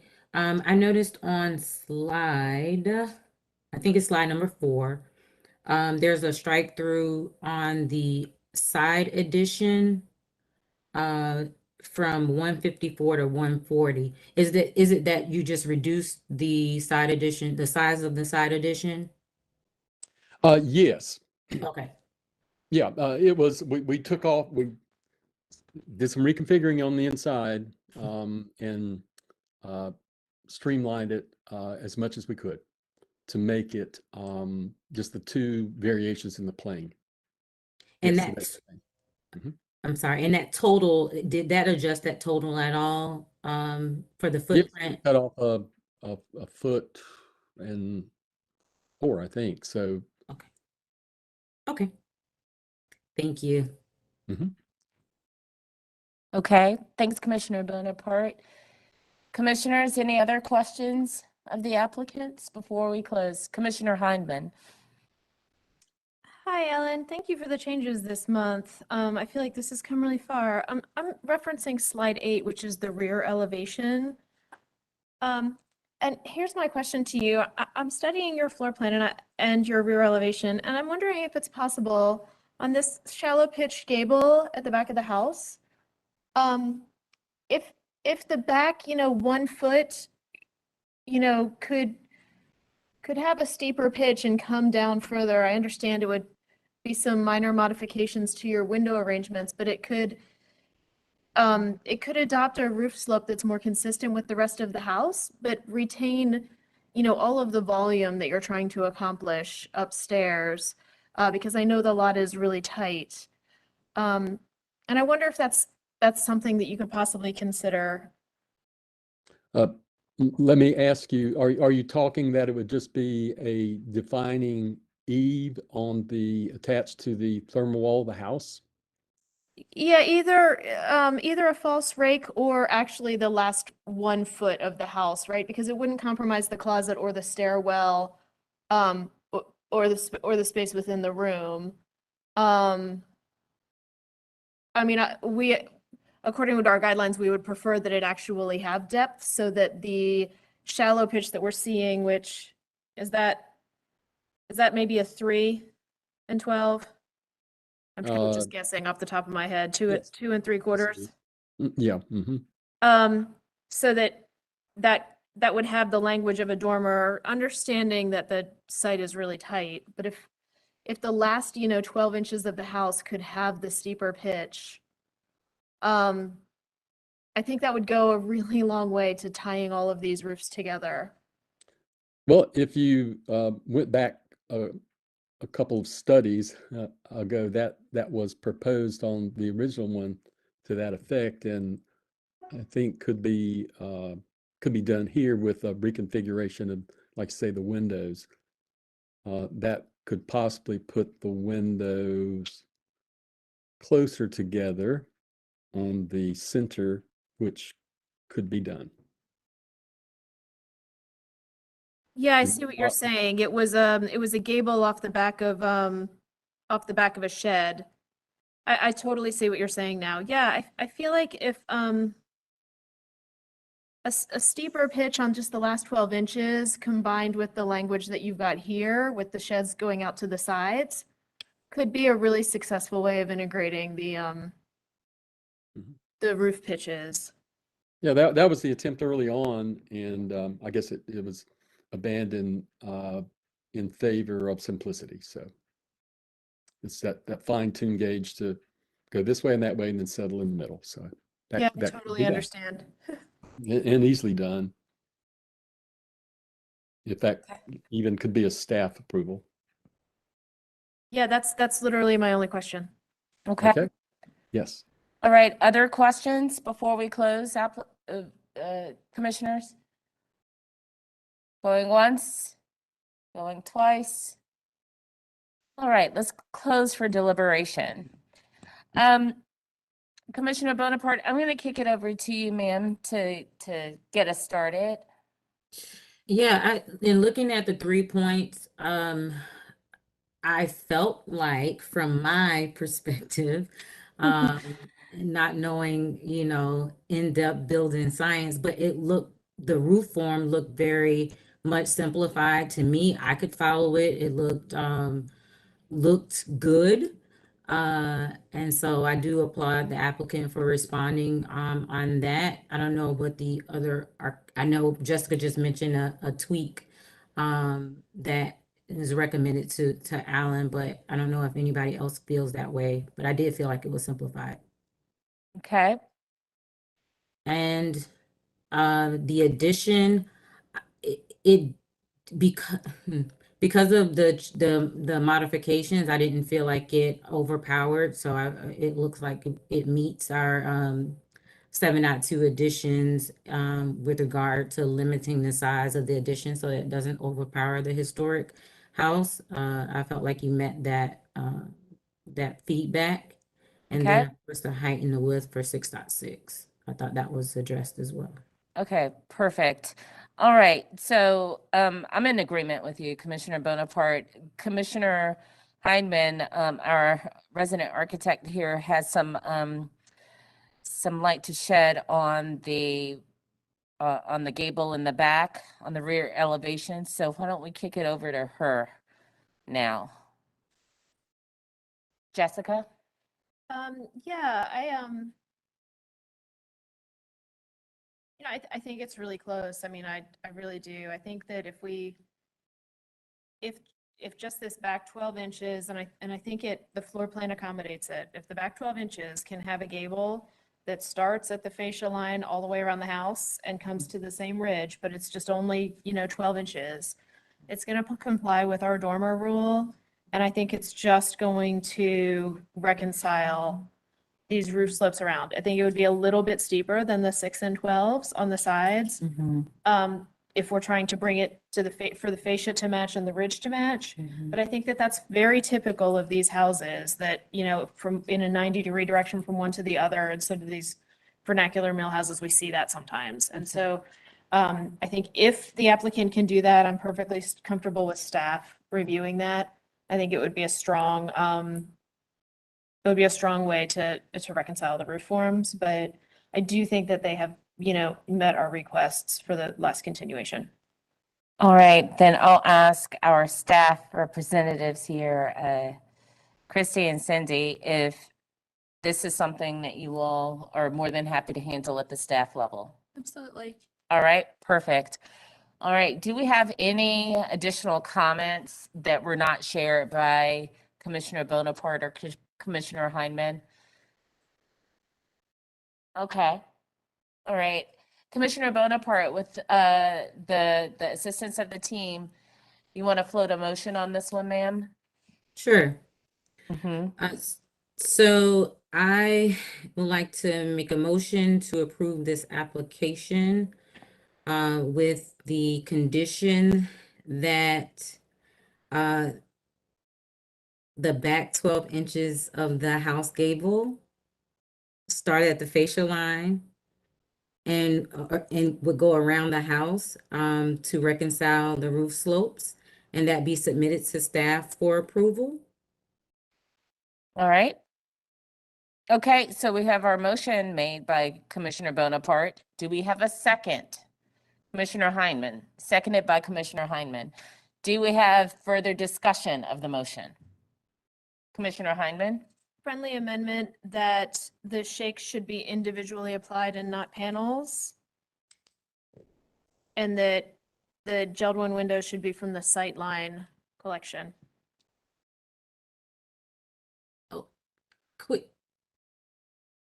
Quick item, should I include 6.10 roof form and materials?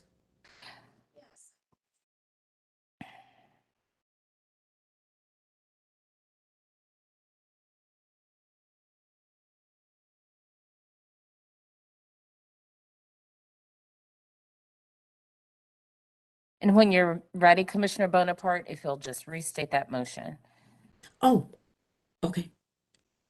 I'd like to make a motion that we for approval of this application with the condition that the applicant submits to staff for approval that the back 12 inches of the gable start at the fascia line going around the house to reconcile the roof slopes, and that the new siding will be individually applied shakes and not panels of shingles, and that, oh, anything else?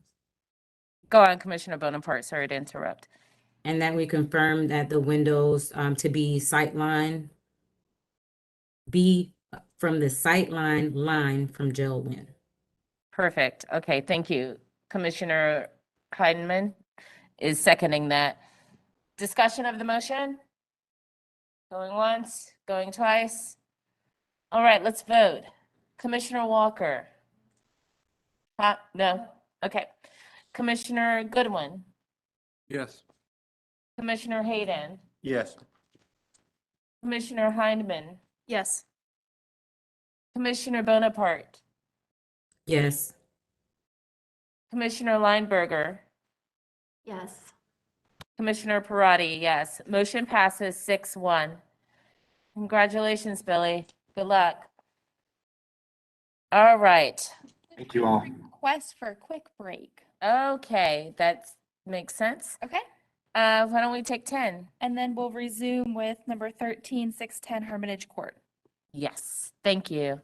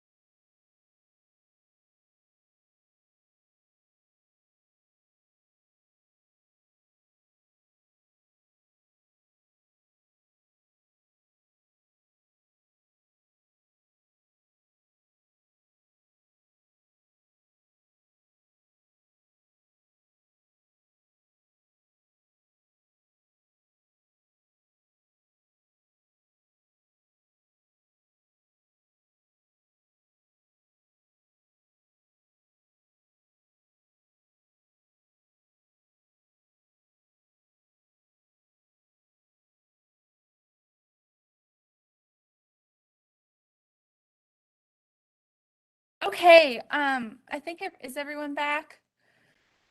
We're gonna get back started with the next application, and that's 610 Hermitage Court. Scott, are you with us?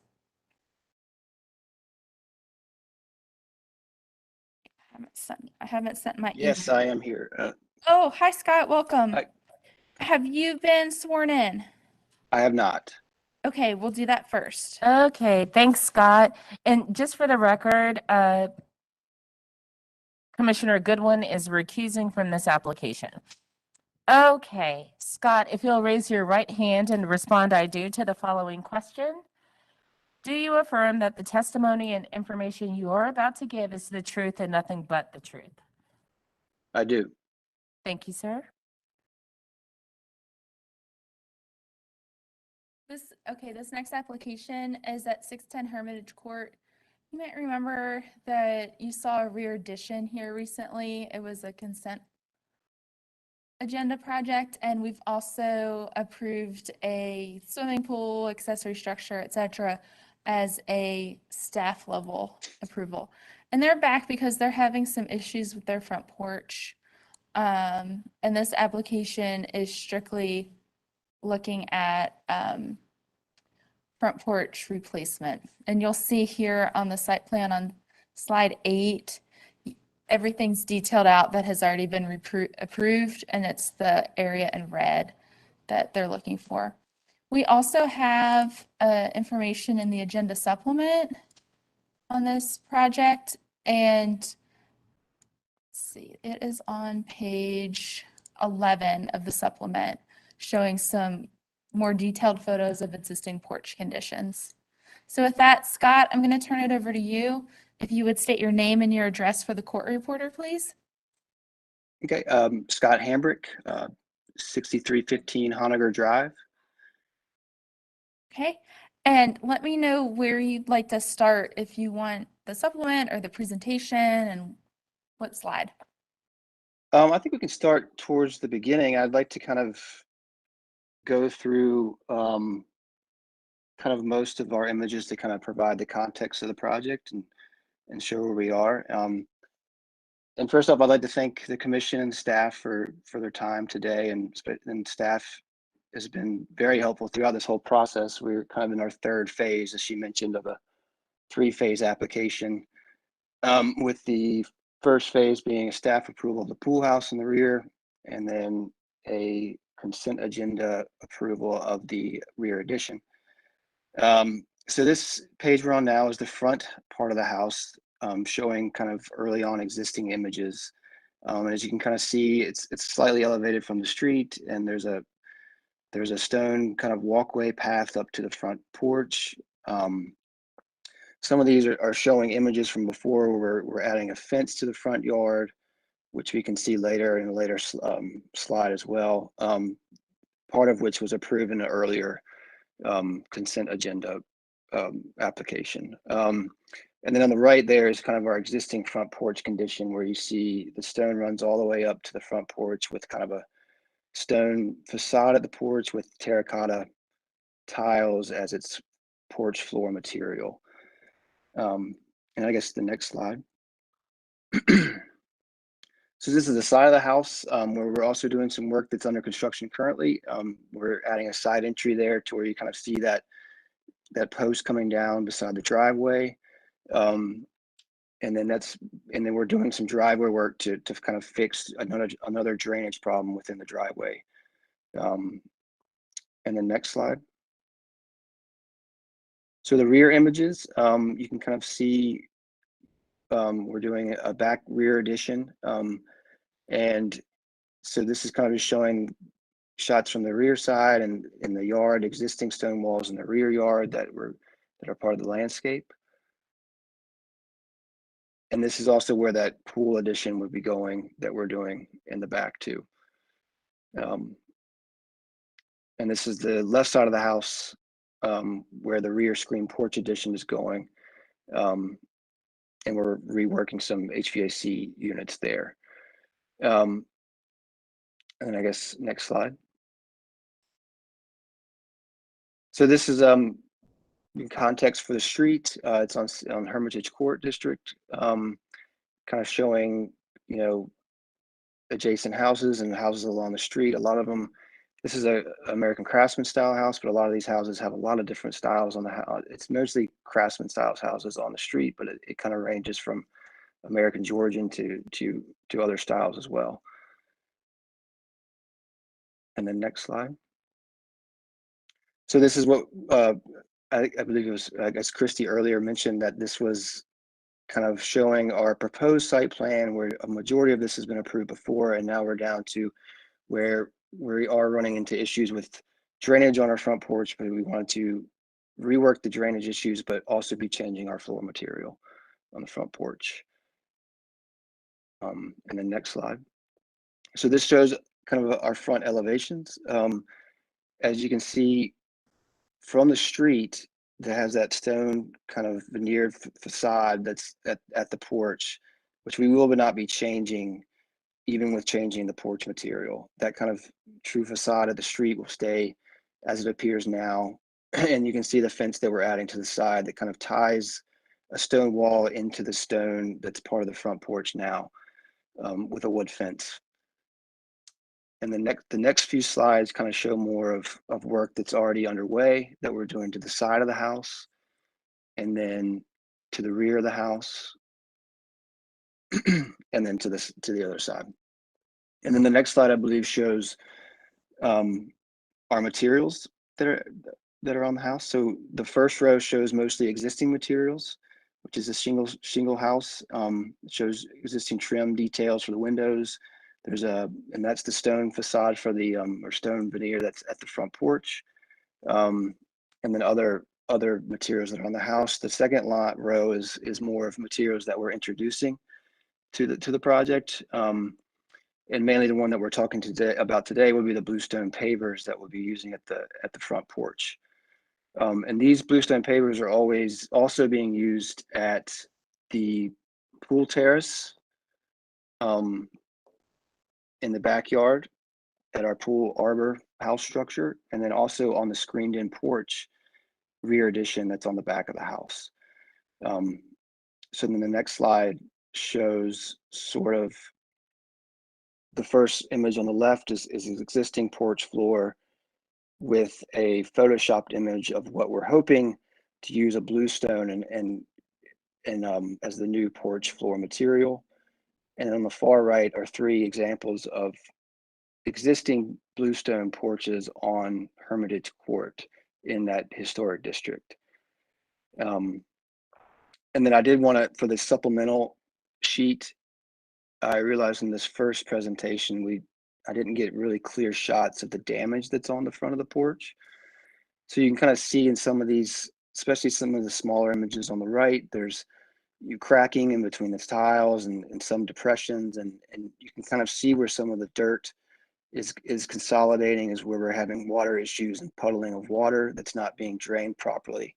And some of it is due to the pitch on the porch, and also the surrounding stone wall kind of in front has been kind of creates a lip for there's no drainage to get off the porch.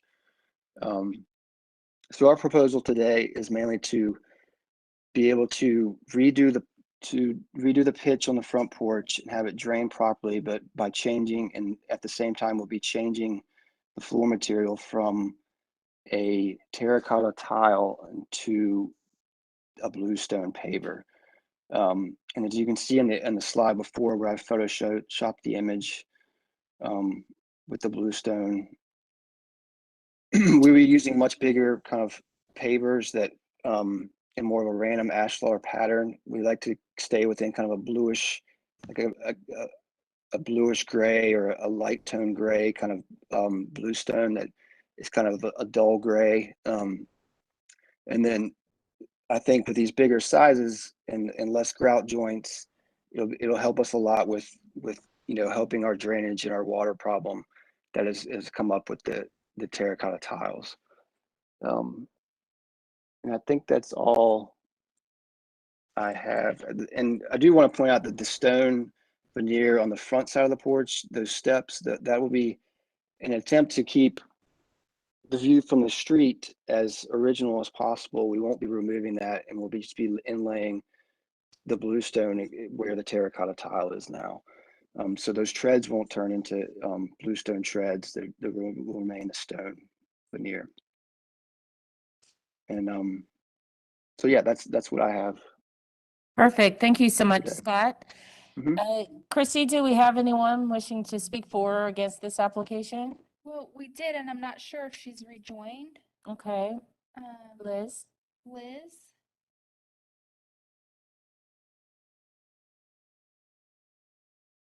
Liz, are you with us?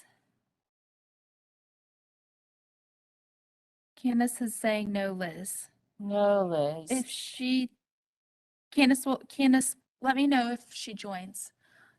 Thank you. Okay. Okay, commissioners, questions of Scott? Commissioner Lineberger? Yes, thank you. Hi, Scott. I wanted to ask you about the original, is the terracotta paver an original material to the porch? Yeah, sorry, I meant to mention that. I don't believe it is. We don't actually know what the original material is. But given the signs of most of the terracotta tiles seem to be in one piece, and there's not a lot of damage to the actual tiles. It's more of in between grout lines and settling of the probably the slab beneath that are causing some water damage issues. But I don't believe it is the original material, but I have no proof of whether it is or not. Okay. Have you tried to source a match for this? For what is there? We have not. No, I mean, I think our goal is to be able to go away from the terracotta tiles, just since we're using bluestone pavers in other portions of the house, and to kind of make some of the aesthetic more cohesive and kind of have that be used, on most of the porches in the house and on the site. We're kind of leaning more towards using a bluestone, but I have not tried to source that existing material now. Okay. I totally understand it. Wanting to have a unified look and bring that look in. It's just a struggle, I guess, with if that's original, it makes it a little bit difficult for us. But I'm curious to hear what the other commissioners think. Thank you. Thanks, Commissioner Lineberger. All right, other questions of Scott before we close? Going once, going twice. All right, let's close for deliberation. Yeah, I agree with you, Commissioner Lineberger. It does, I mean, I completely understand wanting it to be uniform, but our standards, our guidelines are pretty clear too. Why don't we go around and see where everyone lands on this? Commissioner Hayden. I'm inclined to agree with you and Krista. I mean, it's not an unattractive material. It looks like it simply needs some maintenance to me. So I'm not inclined to support it. Okay, Commissioner Hindman. It's like no secret that I've always struggled with this guideline. And so,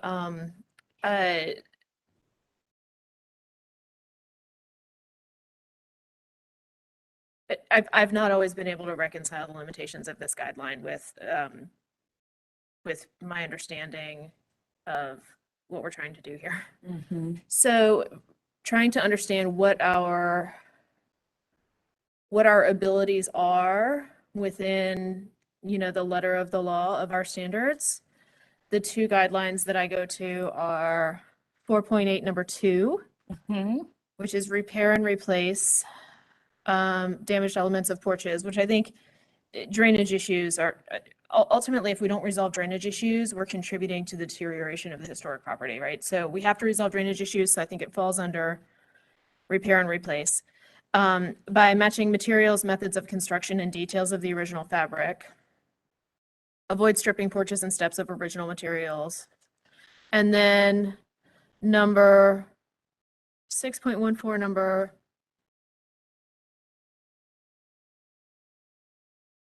where was it? Number 2.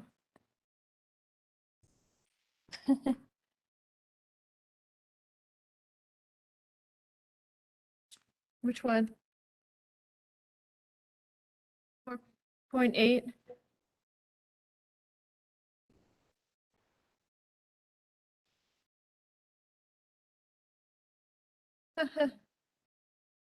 Yeah, I just thought that was a coincidence. That is funny. Yeah. So, so I guess where I'm going with this is, you know, quarry tile is a fired clay tile, not unlike a brick paver, right? So, I think there could be some flexibility within the interpretation of 4.8 number 2, repair and replace, by matching materials, methods, and construction. And I think certainly, well, I don't know if it's within our ability within the guidelines to approve a bluestone. I think there are fired tile products with the bluestone coloration, because we have no jurisdiction over color, that would allow the applicant to accomplish something close to what they're trying to within the limitations of our guidelines. And that's just my perspective, because I struggle with this. I struggle with porch floor replacement issues as more than I think other commissioners do. Yeah, okay. Commissioner Walker.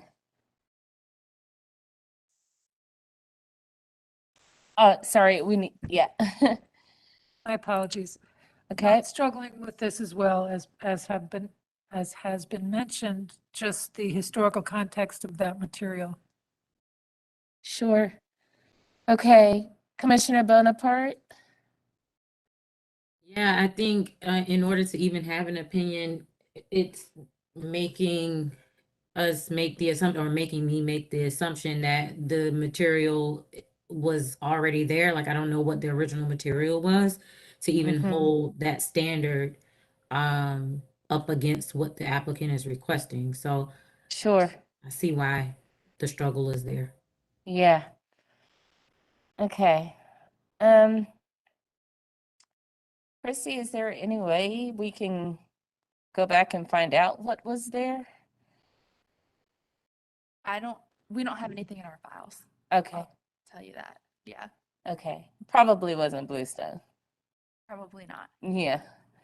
So then we get back to, Honestly, on this house, yeah, it's probably a simple concrete. yeah. So that could be, yeah. No, Yeah. it's conjecture, so Sure. I tend to agree that the current tile looks more mid-century than and not original. Yeah. So I think, you know, not knowing gives you a little bit of flexibility. Sure. You know, one thing that we have asked applicants in the past is to find similar circumstances that might show what a house in a craftsman house with maybe a stone border around the front porch. Surely there are others in Charlotte, Sure. and discovering maybe what's there. The closest one I can think of is honestly Van Landingham. Uh-huh. And I know they have like a herringbone brick pattern. Yeah, okay. So it sounds like the request, which is the proposal, is that the new materials be bluestone pavers. I think the only thing that we can say right now is not gonna be that. But we can provide some direction for coming back perhaps with something that might be aesthetically closer and more historically accurate. If that's the case, then I don't think they'd need to come back. That would be a staff review. Sure. Okay. Well then, you want to give this a shot as far as the motion goes? No. I don't agree with it. No, because I don't agree with it. What about you, Commissioner? This is true. What about you, Commissioner Lineberger? If they can find something that is aesthetically more in keeping with the Bluestone, but historically accurate, then to Jessica's point, they can take that to staff. I mean, from my perspective, the letter of the law and the standard is repair and replace by matching materials, methods, and construction. And it's a tile porch floor, and there are tile products that come very close to the Bluestone that they are requesting. And so they could just go to staff and ask to repair in kind with tile. And it would not be the same as Bluestone, which would be personally my preference, but my preference does not stand up to the guidelines. Well, it sounds like he just made a motion. You totally just made a motion. Thank you, Commissioner Heineman. I don't want to. So would it be a motion to deny? I don't- The request. Yeah, it is. Okay. Can I make just one other comment, just from my experience working with tile and working with these applications? There's a reason that paver looks like a 6x6, definitely no bigger than an 8x8 paver. There's a reason that size was chosen whenever this was installed, if it isn't original. It is for proper slope, to make the proper slope, and that Bluestone is just extra, those large pieces. If they're having a drainage problem now, the Bluestone larger paver ashlar pattern may be even more challenging. Okay. So just a comment, observation for the applicant. Okay. So here we are. Clearly, we cannot approve this based on our current standards. But we can be helpful in directing Scott so that he can take this to the staff and have it approved. So let's help him. Well, our job is to make a motion, and in making a motion, we are helping him. So Commissioner Hayden, you want to make a motion?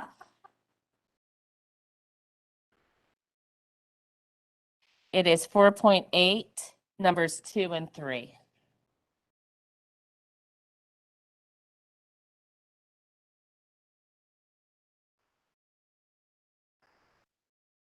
Should we also add in the 6.14, number 5?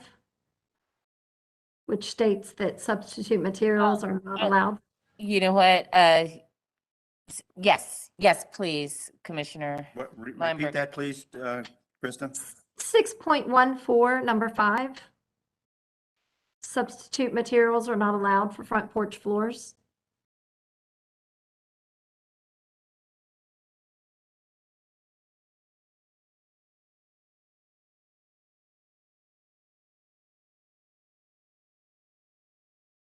And 4.8, 2 and 3 are repair and replace. Repair and replace, reconstruct missing elements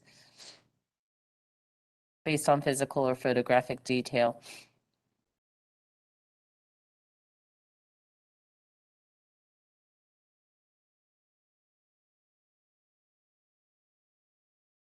Okay.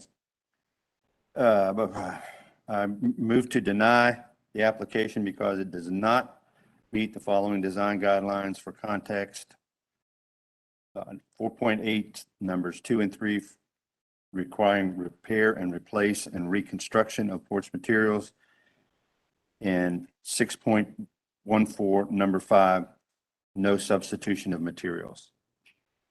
Friendly amendment, Commissioner Hayden, if we could go so far as to say reconstruct and repair or reconstruct missing elements with matching methods of construction and details of existing materials.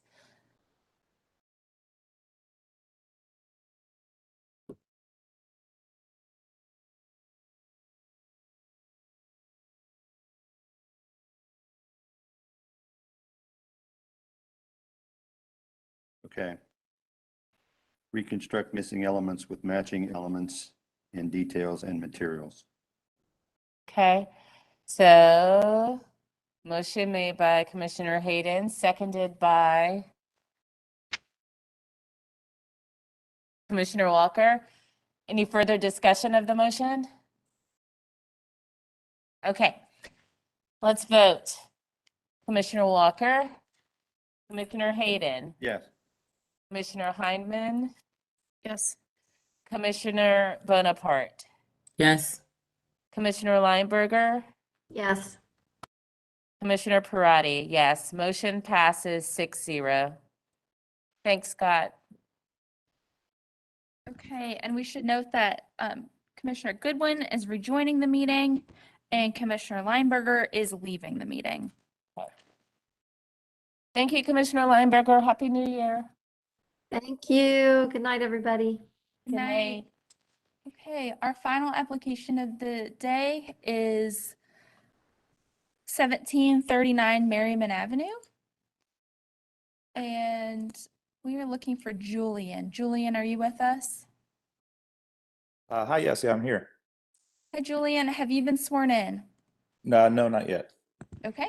All right, Julian, if you will, please raise your right hand and respond I do to the following question. Do you affirm that the testimony and information you are about to give is the truth and nothing but the truth? I do. Thank you, sir.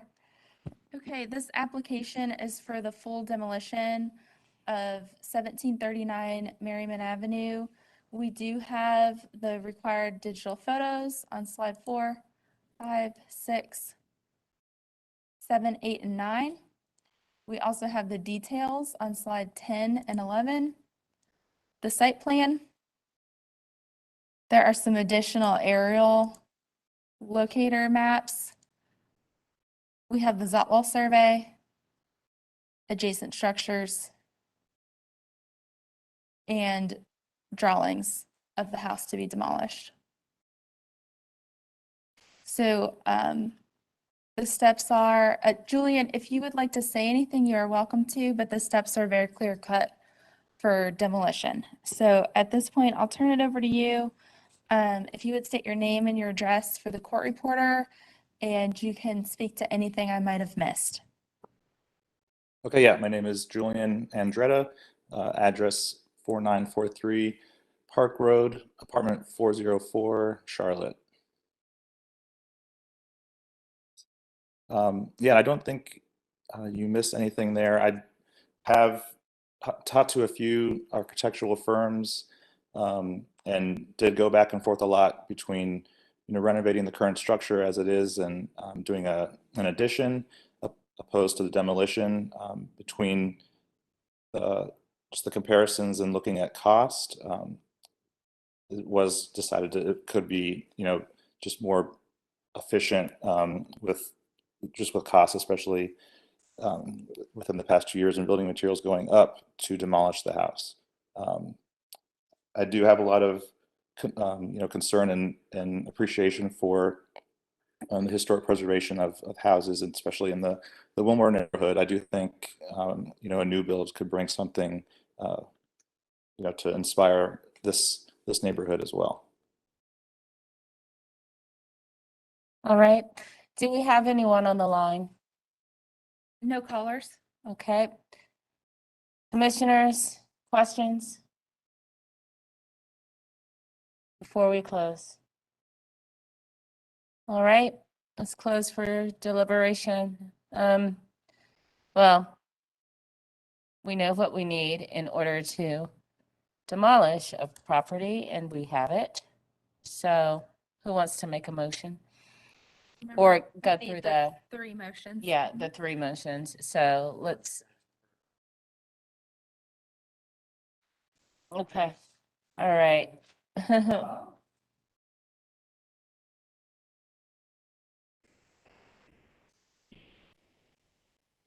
believe we have the information we need to proceed with this process. I personally move, or I move to determine the application is complete and we can proceed. Okay, so the motion, oh, I'm sorry. Just a moment.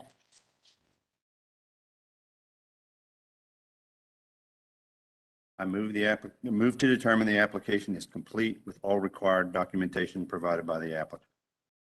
Okay. So do we have a second on that one?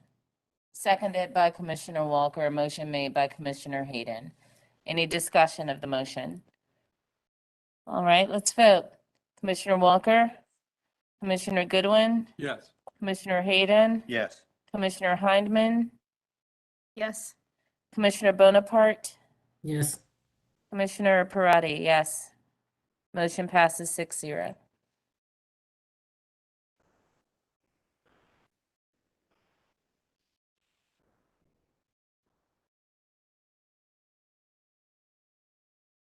Date of construction. Okay. Who's going to second that one? Seconded by Commissioner Walker, motion made by Commissioner Hayden. Any discussion of the motion? All right, let's vote. Commissioner Walker, Commissioner Goodwin, Yes. Commissioner Hayden, Yes. Commissioner Hindman, Yes. Commissioner Bonaparte, Yes. Commissioner Parati, yes. Motion passes 6-0. I move to approve the project with 365-day stay of demolition on the building due to its special significance and value towards maintaining the character of the district.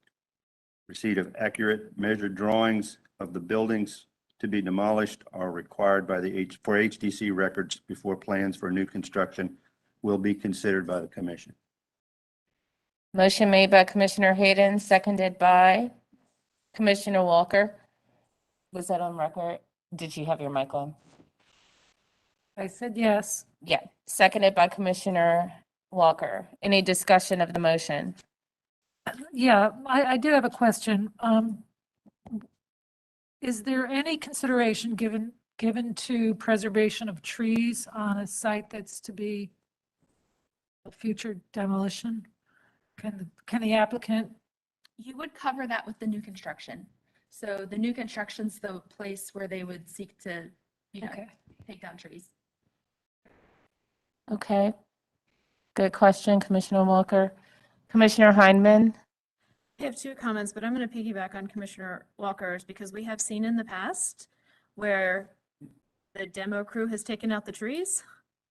So I think we probably do need to specify that those trees are to remain and are to be added to the site plan for record. Okay, thank you. Thank you for bringing it up because I would not have thought of it. But I mean, I guess I would also just like to go on record that my professional opinion is that this applicant's been given bad advice. I mean, this is a street of 1-story cottages. It's going to be incredibly difficult to get new construction of anything more than 1 story approved by this commission based on the standards.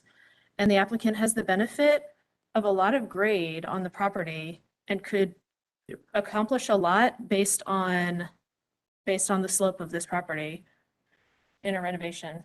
So not that it matters, but And since cost was brought up, let's remind them that there are, at the state level, tax credits that are given to those who seek preservation.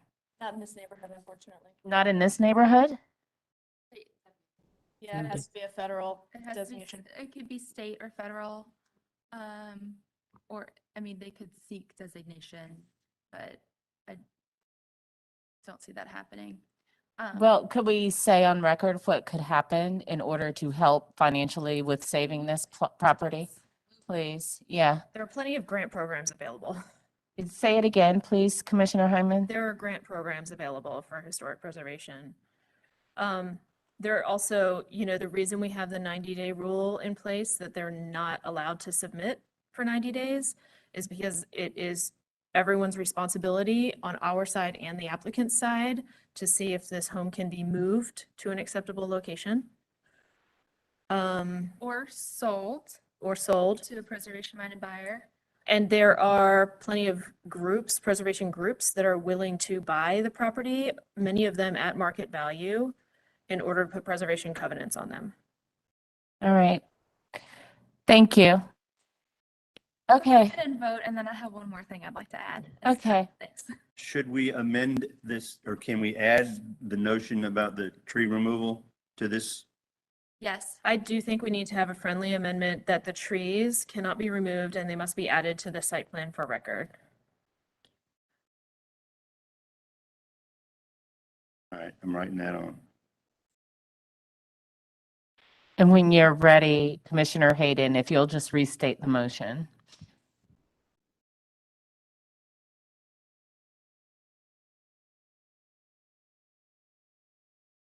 While Commissioner Hayden does that, I think it would be, for future reference, a great idea to educate our communities about financial ways that, or programs that can help them with preserving our homes instead of tearing them down. I think that might be very helpful. Okay, All right. I move to approve the project with 365-day stay of demolition on the building due to its special significance and value towards maintaining the character of the district. Receipt of accurate measured drawings of the building to be demolished are required for HDC records before plans for new construction will be considered by the commission. Trees cannot be removed and need to be added to the site plan of record. All right, thank you, Commissioner Hayden. So motion made by Commissioner Hayden, seconded by Commissioner Walker. Any further discussion of the motion before we vote? All right, let's vote. Commissioner Walker, Commissioner Goodwin, Yes. Commissioner Hayden, Yes. Commissioner Hindman, Yes. Commissioner Bonaparte, Yes. Commissioner Parati, yes, motion passes 6-0. Thank you. Christie? I just want to address the comment made about costs and materials rising. There's inherent value in the materials that are already contained in this house. They're old growth wood, quality materials. And so to me, the cost argument, not that we determine cost, right? It doesn't hold water because you're intrinsically using less new materials. So your cost would be less for an addition. Staff has advised that you're not getting much back other than one story here. We've already started conversations with Historic Landmarks Commission. But that's my knowledge of the project to date. It's great to have that on record. Thank you. Commissioner Hyman, yeah. I've done projects that Landmarks has purchased with their revolving fund at market value and sold with a preservation covenant. They're not easy, but yeah. Okay. Also, I think that everybody involved in that process is motivated for the property owners to get what they need out of it in the name of preservation. So I think that it's a team that works collectively together for the success of the project in a really great way. Yeah. So I don't know, Christy, is that your experience when we've done it together? Yes. Yep. Okay. All right, well, who knows? Maybe something special will happen with this property in 365 days. Okay, so we have minutes here. Yes, Commissioner Hindman. I reviewed the minutes and I have no comments.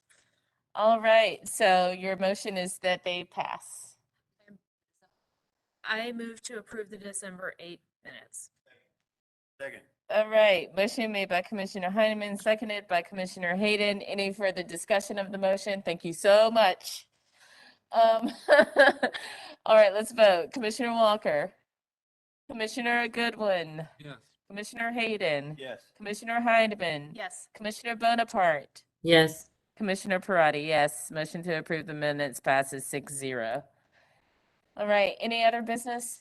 No, congratulations at finishing at 5:07. All right. What a way to start off 2022.